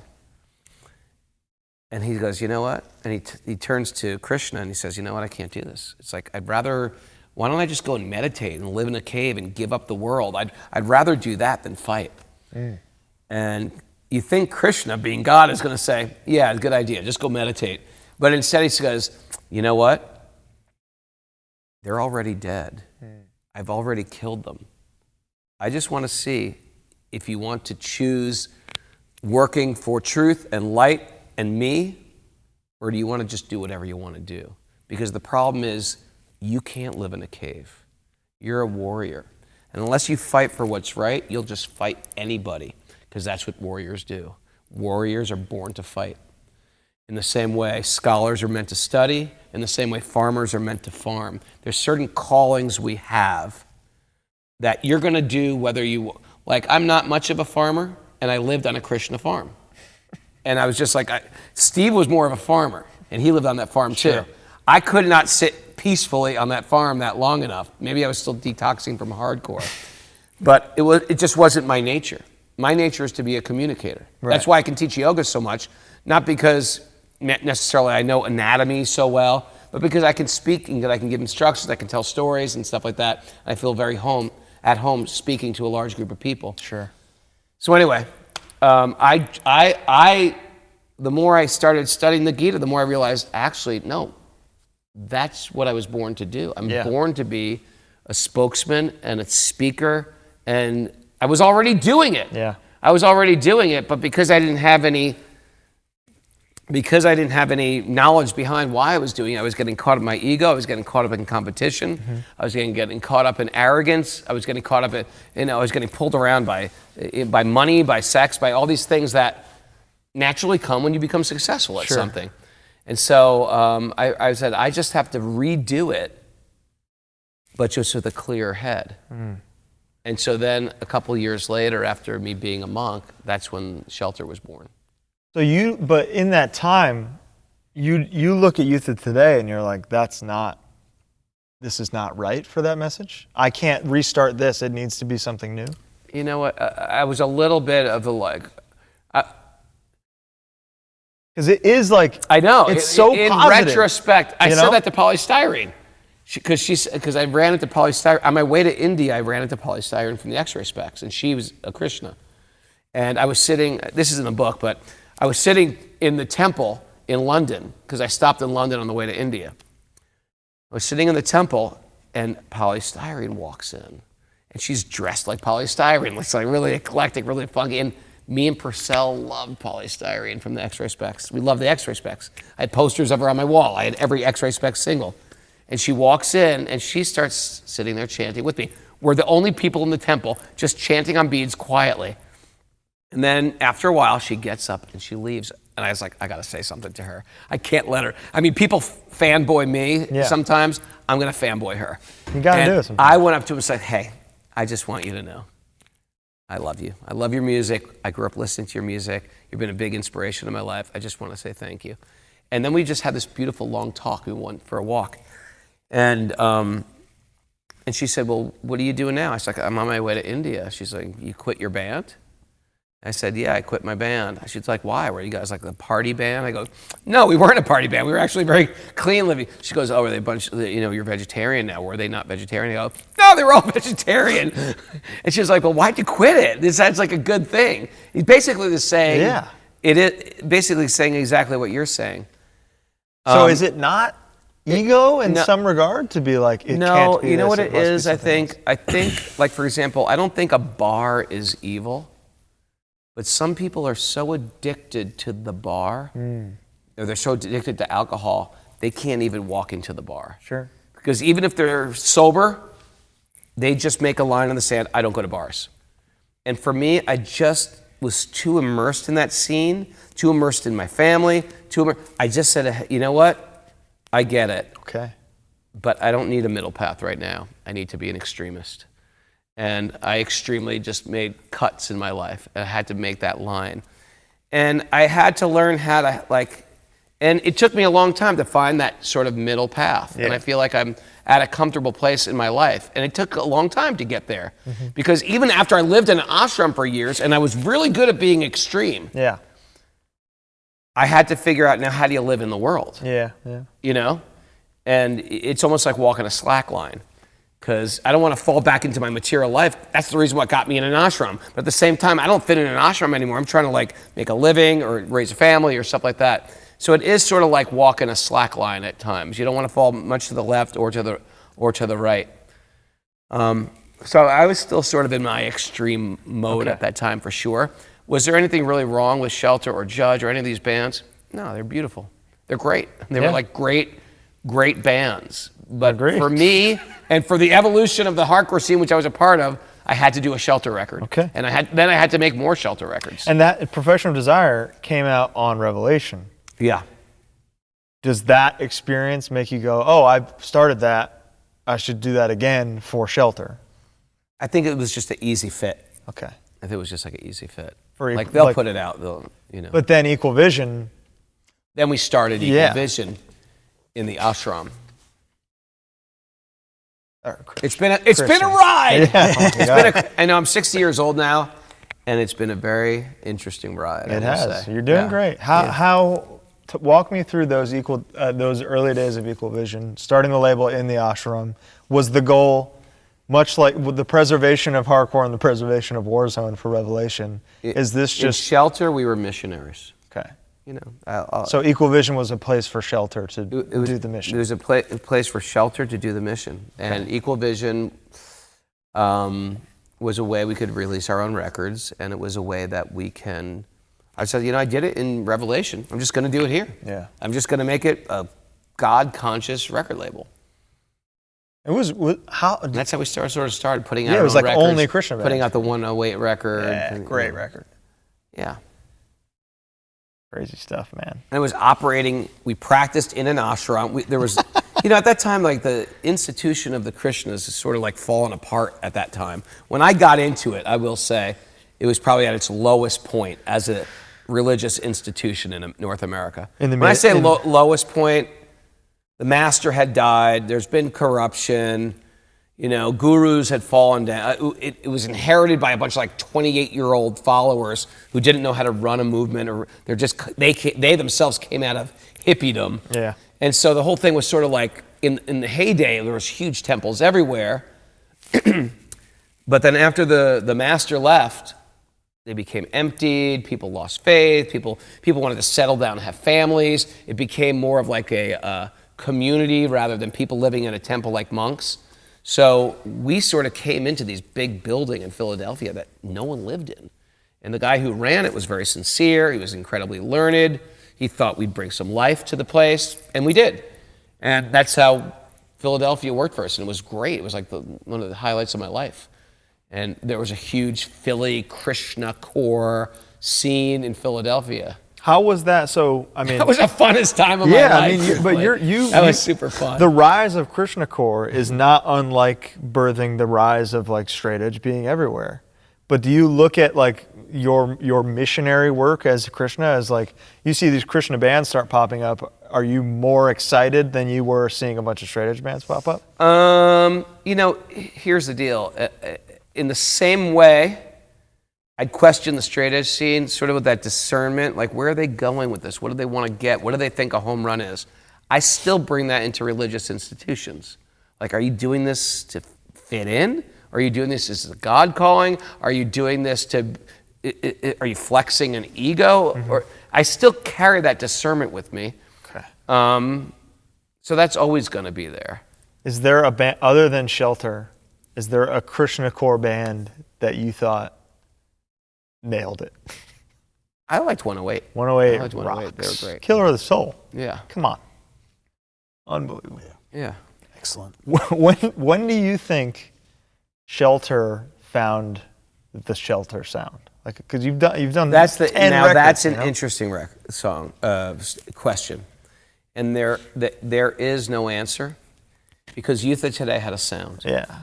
Shelter from that first record never had a sound. If you listen to that record, my desire was to write a record that is just whatever pours out of my head. And every song of that, practically speaking, is different. Mm-hmm.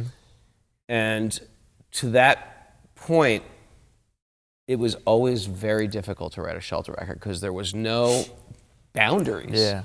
Everything was sort of like random. There's no rules. There were no rules. For better or worse. For better or worse. It's like, okay, how do I drive on the road? The left or the right? Yeah. Wherever you want. Yeah. And so it created almost like every record was sort of like chaotic. People think, well, no, there was a sound. There was no sound. Mm-hmm. Even our most popular record, Mantra, it's all over the place, actually. It is, yeah. I mean, you can feel it sort of cohesive, and it had a beautiful crunch and a bite to it. The production makes it cohesive. The production production made it cohesive. Perfect. It does. That's such a good record. Tom Soares at Tom Soares, and he did the Judge record. Bright Side, Best Wishes, Alpha Omega. Yeah, and so Tom was awesome. You were signed to Roadrunner by Howie Abrams?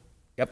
Yeah. In effect, he was just making shit happen, huh? He was making shit happen. Madball and yeah. How was that? How was the experience at Roadrunner? Great. Really great. Loved working with Roadrunner. And you know what's interesting about Roadrunner? They were independent label, but they didn't license the record to other people. Sometimes you make a record in America and they license it to Europe and We Bite and stuff like that, you know.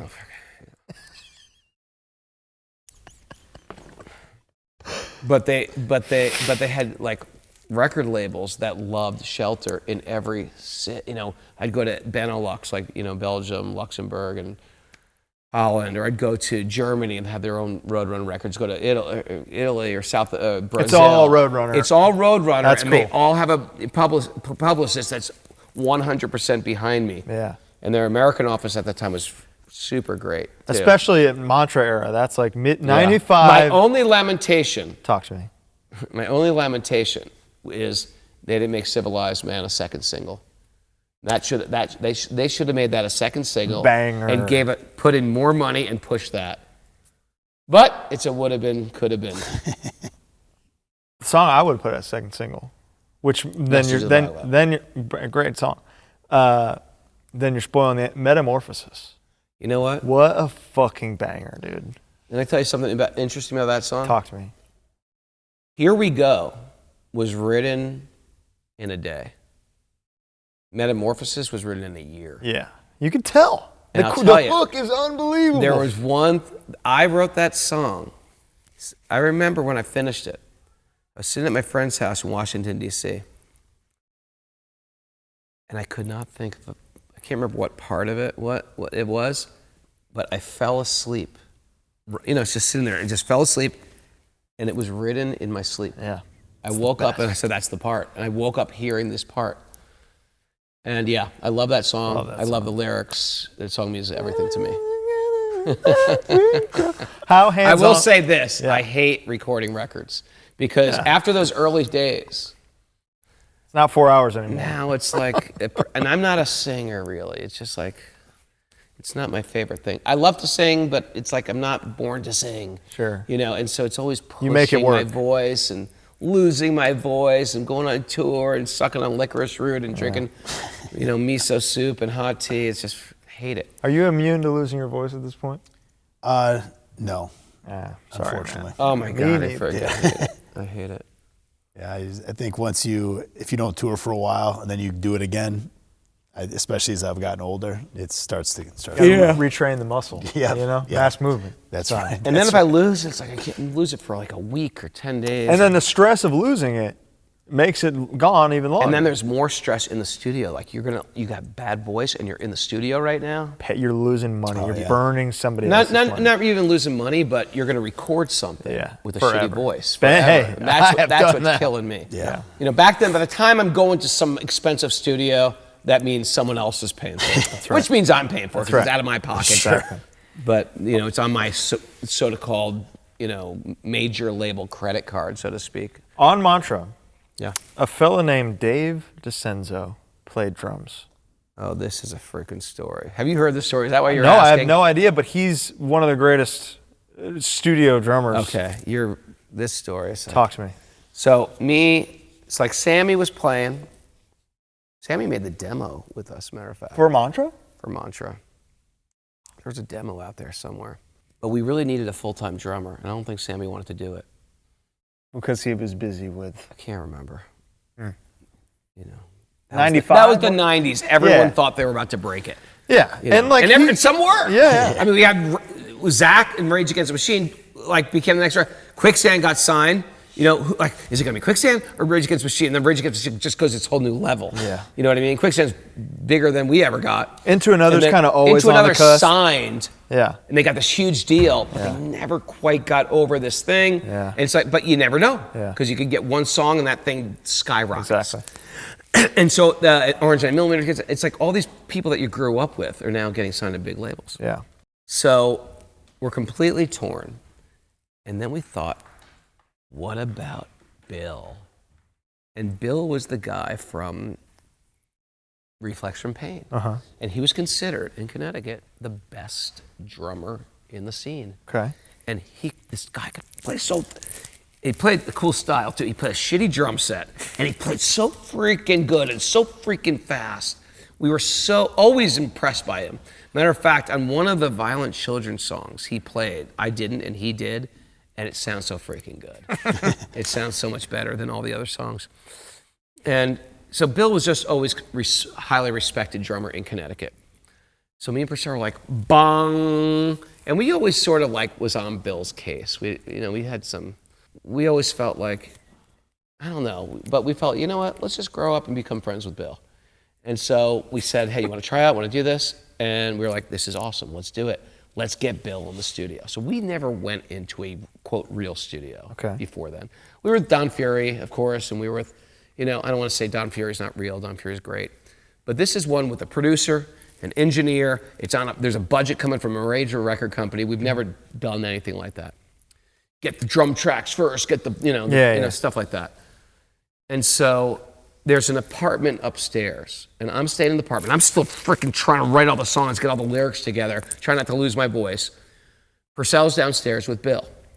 They've been going at it for like 8 hours a day. And They would come upstairs, take a break. I'd be making them food, or you guys want something to eat? And they're like, how's it going? And I was like, oh, we got 2 songs down. It's going pretty good. Bill's like, yeah, I'm a little frustrated, but we're gonna get it. Go back downstairs. 3 hours later, they come back. How's it going down there? You guys finished? No, we're struggling with some stuff a little bit. They come upstairs the 3rd time, and then Bill's like, yeah, it's just like, I don't know. It's not jiving together. And Porcell's just got like a blank look on his face. And then Bill goes downstairs, and Porcell grabs me. He goes, dude, this fucking record's never gonna happen.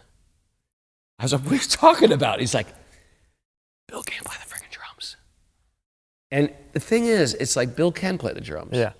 But I remember the first time he played, Porcell told me this. He said, he's playing for the first recording a Message of the Bhagavat. And Porcell's in the room with him, and Bill's, mic'd over there. And the producer just hears like the first 10 seconds, and he stops the recording. He looks at Porcell and goes, privately, because the drummer can't hear, he goes, you want to do your band a favor? He's like, yeah. He goes, throw your drummer out. I was like, and Porcell's like, what are you talking about? He goes, this guy has actually no rhythm. And me and Porcell, isn't that funny? Me and Porcell are musicians this long, and we never even pick up on it. But if you know Message of the Bhagavat, Message of the Bhagavat is like, dum chicka chicka, dum chicka chicka chicka chicka chicka. It's like a whole thing. Yeah. Again, I'm not like a great musician myself, so I can't really say.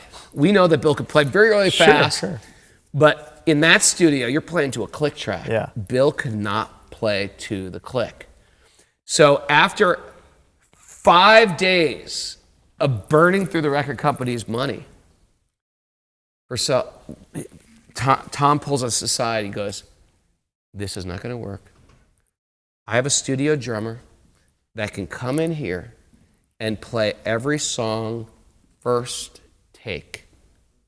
And we were like, a studio drummer? It was like a jazz guy. He goes, trust me on this. He will play every song first take. Then we're in this freaking weird personal dilemma. I'd known Bill now since the Violent Children days. You know what I mean? We were never super close. We always got sort of conflicts. He'd kick me out of Reflex from paying or whatever. But I was just like, but now we're sort of like bonding with him. And now we got to tell him we're going to bring a studio drummer. So what happened was they recorded the whole record, but with Bill on drums. So he said, hey, Bill, look, we don't know how to say this to you, Bill, but there's 3 songs that Tom just feels we need to get a studio drummer in for. They're just, something's about him not clicking. I know it's not you. You're going through a lot right now. Your mom just died. Everything's sort of like, we just want to get a studio drummer. I know a studio drummer is never going to be able to play like you, but it feels like something's in your head and you got some mental block. And so he played Message of the Bhagavat, Letter to a Friend, and Civilized Man. Mm-hmm. Those are things he absolutely could not do. And when we heard those 3 songs, we were like, first of all, Bill went home that night. This is the guy that played on Alpha Omega, by the way. Yeah, he played on Alpha Omega. He's played on every Shelter record practically since then. Oh, okay. Yeah. And so after he played those 3 songs, first of all, he plays Message of the Bhagavat.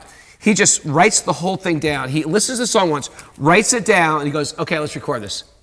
Porcell's like, you don't want to practice it? He goes, no, I got it. He's got like a music stand, and this guy hits the snare so hard in the exact same spot every time that it makes a hole in the snare. Yeah. By the time the song is done. Like it is like it's a bullet going through the same hole repeatedly 100 times, 200, 400 times.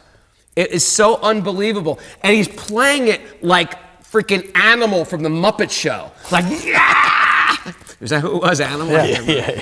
Just like beating this thing so hard. And when we heard those 3 songs, me, Tom, and Porcell looked at each other and goes, we're scrapping this entire record. Yes. We're doing this entire record over. And I'm so glad we did. Yeah. He made that record. He's one of the greats. He's the greatest He's drummer still, of all time. yeah, he just Greatest drummer of all time. Then we had him do the next record. We had him do, the only drummer we didn't have him do is 20 Summers Past. We should have him do that record. But the other record, Eternal, and Purpose and Passion, he did those records too. How much do things change for Shelter post Mantra? Post Mantra, not that much. Interesting. I think right after Beyond Planet Earth, things started changing. In what way? For me, I was doing to the Krishna scene exactly what I did to the hardcore scene. Yeah. I started to second question everybody and everything and institutions and institutional religion and things like that. Naturally, you know? Naturally. I mean, if you're an introspective person or an artist, those things naturally come up. Yeah. You know what I mean? But at the same time, I wasn't against it, but I started to question it. And in one sense, again, in the same way I did it with the Strange, I feel like, am I painting myself into a corner here? And I started thinking of it like that. And so I went on like a Hare Krishna hiatus, I feel like, for about 3 years, where I had to really think deeply about what I still had so much faith in Indian culture. Sure. I had faith in Krishna. I had faith in God. I had faith in spiritual paths.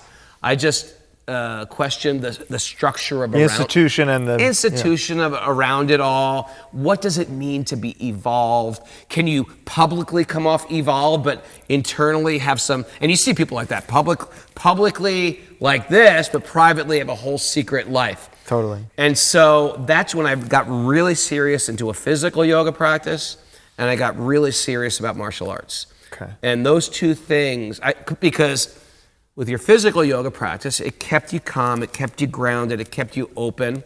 And with martial arts, there is no question who the guru is. If you beat me, you're my teacher. Okay. And if I beat you on a regular basis, I'm your teacher. Like, it was not woo-woo, who's more evolved. The guy who gets the flower garland, the guy, or the guy who actually can kick your ass. I'm going to go with what's tangible.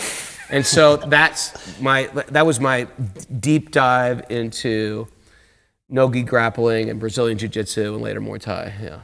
So Mantra and Beyond Planet Earth, you go through the same cycle again of like, I got it, this is... Mantra and Planet Earth, I was very, very... Afterwards, I mean. After Beyond Planet Earth. So those records pop, and they're both on a major label. Yeah. They do well. The band, the 90s... The second record didn't do well. We got dropped for that. And... Is it the ska song that did it? It was the whole production of the record. We became more of a liability than an asset. How so? Musically? First of all, it's like, and this is what producers do. They're supposed to see something in you that you can't see in yourself. Totally. You know what I mean? But whatever it was, see, we never had to think about this before, but because we were never trying to make it big. We just did what we did. But I think at that time, and in the 90s, and your 90s, you're in your 30s, and you're thinking, oh, you guys are musicians, so you know the deal. It's sort of like at one time you write on your, you go to another country, they say profession, you're like, I don't know. Musician, I guess. Carpenter, carpenter. But then at a certain point, when you've been playing the game long enough, you're like, what is your profession? I'm like, I guess I get paid for music. I'm a professional musician. Yeah. I never thought of myself as that. I never was one of those kids in high school that I want to be a musician. I was never one of those persons. I just like punk. But I know people who are musicians, they just want to be a musician. So now I'm with a bunch of musicians in the band. We're not monks anymore. Mm-hmm. We still have these beliefs, but we have to figure out how we're going to make a living, not as monks. All me and Porcell is music. Right. So this band's getting signed, this band's getting this. These guys all our peers are becoming professional musicians. And so I was like, all right, I guess this is it. And then we're looking, this is what Krishna has us here for, to become professional musicians. Sure. So what are professional musicians? They calculate, how do we get bigger? How do we make things accessible? Mm-hmm. And we're watching peers. I mean, we were on the same label with White Zombie. We were on Caroline Records with them, and the Misfits are. Yeah. So anyway, it's one of those things where you're selling out, because you want to get purchased. Yeah. You want to get purchased, basically. And do you have like a...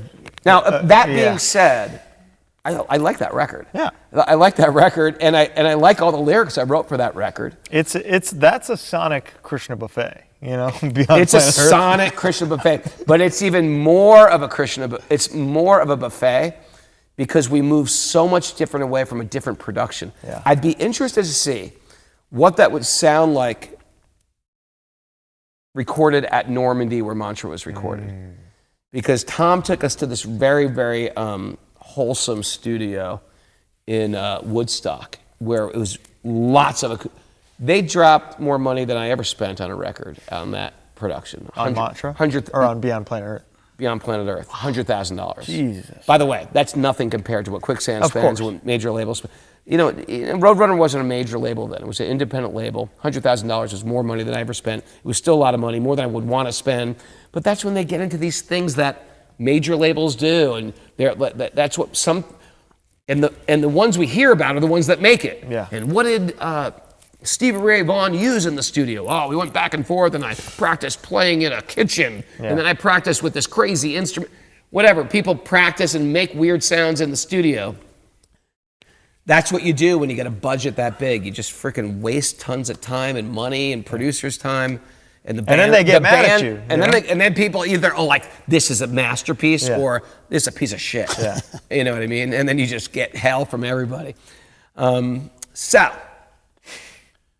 that was such a soft, warm recording compared to the crunch.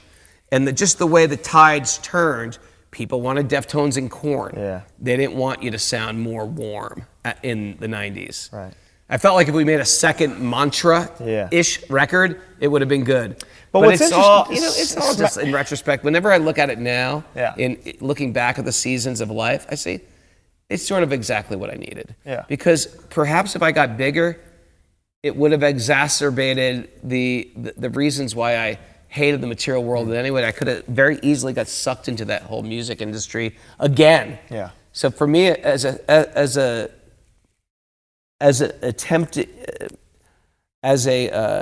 transcendentalist in training, I look at it back as sort of a blessing that I'm not like, I gave it up at one time, that attachment towards, popularity and stuff, and I walked away from it, and now I'm going to try to, do it again. I was blessed to maybe let it go. Maybe it wouldn't have been good for me, most likely. That's my guess. So I spent 3 years sort of in a purgatory and doing Better Than 1,000 records, and then doing 2 other Shelter records. And me and Porcell, I would say, have had a mild falling out, not connecting with each other. And Is this when you decided to stop being straight edge? Briefly? Does this happen then? Probably. Here's the deal.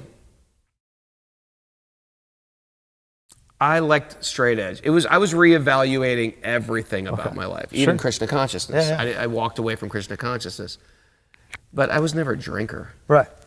I drank a glass of wine. I think that was it. That was the big crime I committed at that time. And you're Italian. I'm Italian. and it's one of those things that if you are a fundamentalist straight edge, I broke the tenets of straight edge. Then I was just joking yesterday. I was like, I should be sort of like bi-curious straight edge, where you're like, I'm straight edge today, I'm not straight edge tomorrow. I want to practice being straight edge and not straight edge. And then if they say, no, you broke the edge. Yeah, no, I'm back today. I'm back. I'm back in. I'm back straight edge. I'm back. I've got. But it's like. Where are you these days? Completely straight edge. That's what's up. Completely straight for years. It's just like. Okay. It's just, that's what I am. That's what I am. It was not. Bi-curious straight edge? Well, I wasn't yesterday. Yeah, okay. I got you. No, just no interest in it. Do you think 1985... But you know what I mean, like, we painted ourselves into corner with an identity, for better or for worse. And there's certain times you have to step out of your identity. It's like, do I want this identity? Do I want to be a, quote, Hare Krishna? Do I want to be a straight edge guy? And you might say, yeah, that's what I want to be. And I've met people who've accepted the role of Hare Krishna as their personal identity. Yeah. And to me, it's sort of like, I don't introduce myself. Hi, I'm Ray. I'm a Hare Krishna. Yeah. I say I'm a spiritual being. I'm a spiritual. If you ask what's your religion, I'll say I'm a spiritualist. I believe in spirituality.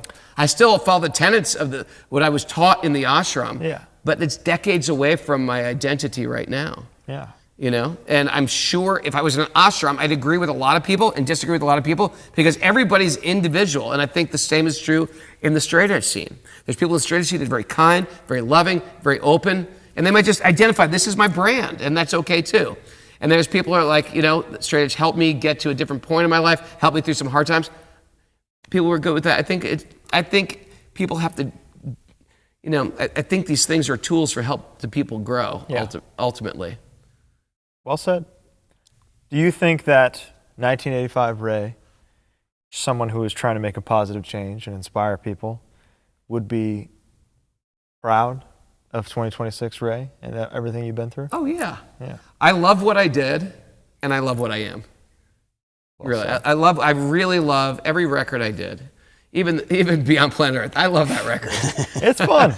And I love Better Than 1,000 records. You know, I love the Eternal and the Purpose, the Passion. I love all the Shelter records. I love all the Youth of Today records. I love the Ray and Porcell record.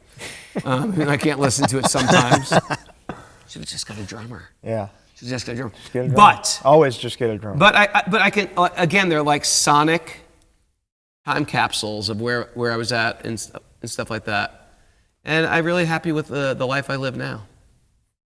I guess I have one quick question about the martial arts journey. Sure. So what belt did you achieve in Brazilian Jiu-Jitsu? I got to purple belt in Brazilian Jiu-Jitsu, and then I was with Eddie when Eddie opened 10th Planet.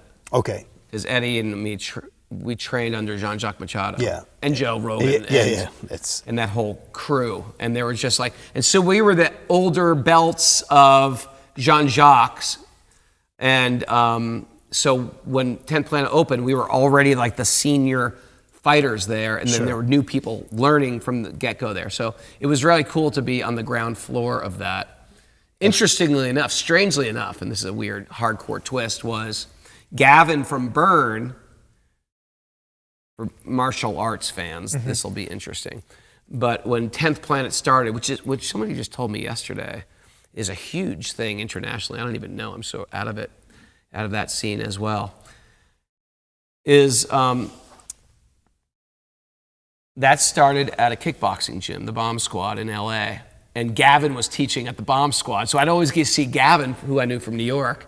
And this is Gavin from Burn. Gavin from Burn, yeah. So anyway, it was sort of an interesting start to 10th Planet. Did you ever compete, like in tournaments or anything competed like that? with Guy a little bit. Okay. Yeah, but it wasn't sort of my thing necessarily. Then I got into MMA for a while. It was just like sort of, but not competing. Just with all my friends who did no gi, we'd go to a boxing ring and we'd just fight. Fight for Krishna. Just fight. Fighting for Krishna. Again, it was the same. It was a good. It really assisted, I felt, my spiritual life in another way. That's because good. there was like a tangible. You want to see how good you can get, and it's tangible. There's an outcome. And where spirituality is something sort of like almost mystical, where is this guy at? Where's that guy at? Martial arts was very grounded. And yoga too was sort of, yoga asanas were very grounded. You said before in your New York Hardcore Chronicles interview, this whole thing about everything having a ripple effect. It's very, very, it was a very nice message. And this show in many ways is part of your ripple effect in hardcore. So thanks, man. Thank you, man. Yeah. I hope I didn't talk too much. I hope I said something interesting. Oh, did great. Many interesting things. I appreciate your guys. I think straight edge is a great thing, and I think that all the bands that were straight edge and give that message, you don't know how many lives you probably have saved already. Do you know that? Nobody knows. Oh. Nobody knows, but whenever you put out a record, you should understand that has a ripple effect. Yeah. And there's people out there that will come up to you and say, that record changed my life. Even if it changed my life, like I was really depressed and it made me happy. Yeah. Or even if it was, I was on drugs and you got me off drugs. I've heard that before. So those things are real things. So good job. Absolutely. You too. Thank you guys. Last question for you. Sure. Your top 4 hardcore records of all time. Oh yeah. SSD, Get It Away. Boom. Negative Approach, Tied Down. Boom. Uniform choice, screaming for change. Boom. Number 4. Agnostic Front, first single, or Victim in Pain. I can go either way with that. I knew it. I knew that was going to be the last one. Let's do that. Perfectly done. Yeah. Awesome. Ray Cappo. Thank you, guys. Awesome. Shelter. Thank you. Thank you. Youth of Today, author, yoga instructor. Can anybody go? RayCappo.com. You can go there and find everything I'm doing now. May not be your cup of tea, but it might be something. You might like the tea. Yeah, check out the book, Punk to Monk. Please do. It's great. Yeah, it's very good. We're loving it. Ray, can't thank you enough for joining us. Thanks, brother. Thank you. Thank you. We're Thank back. you for doing this. And we'll see you next All week. love to Bo. Always.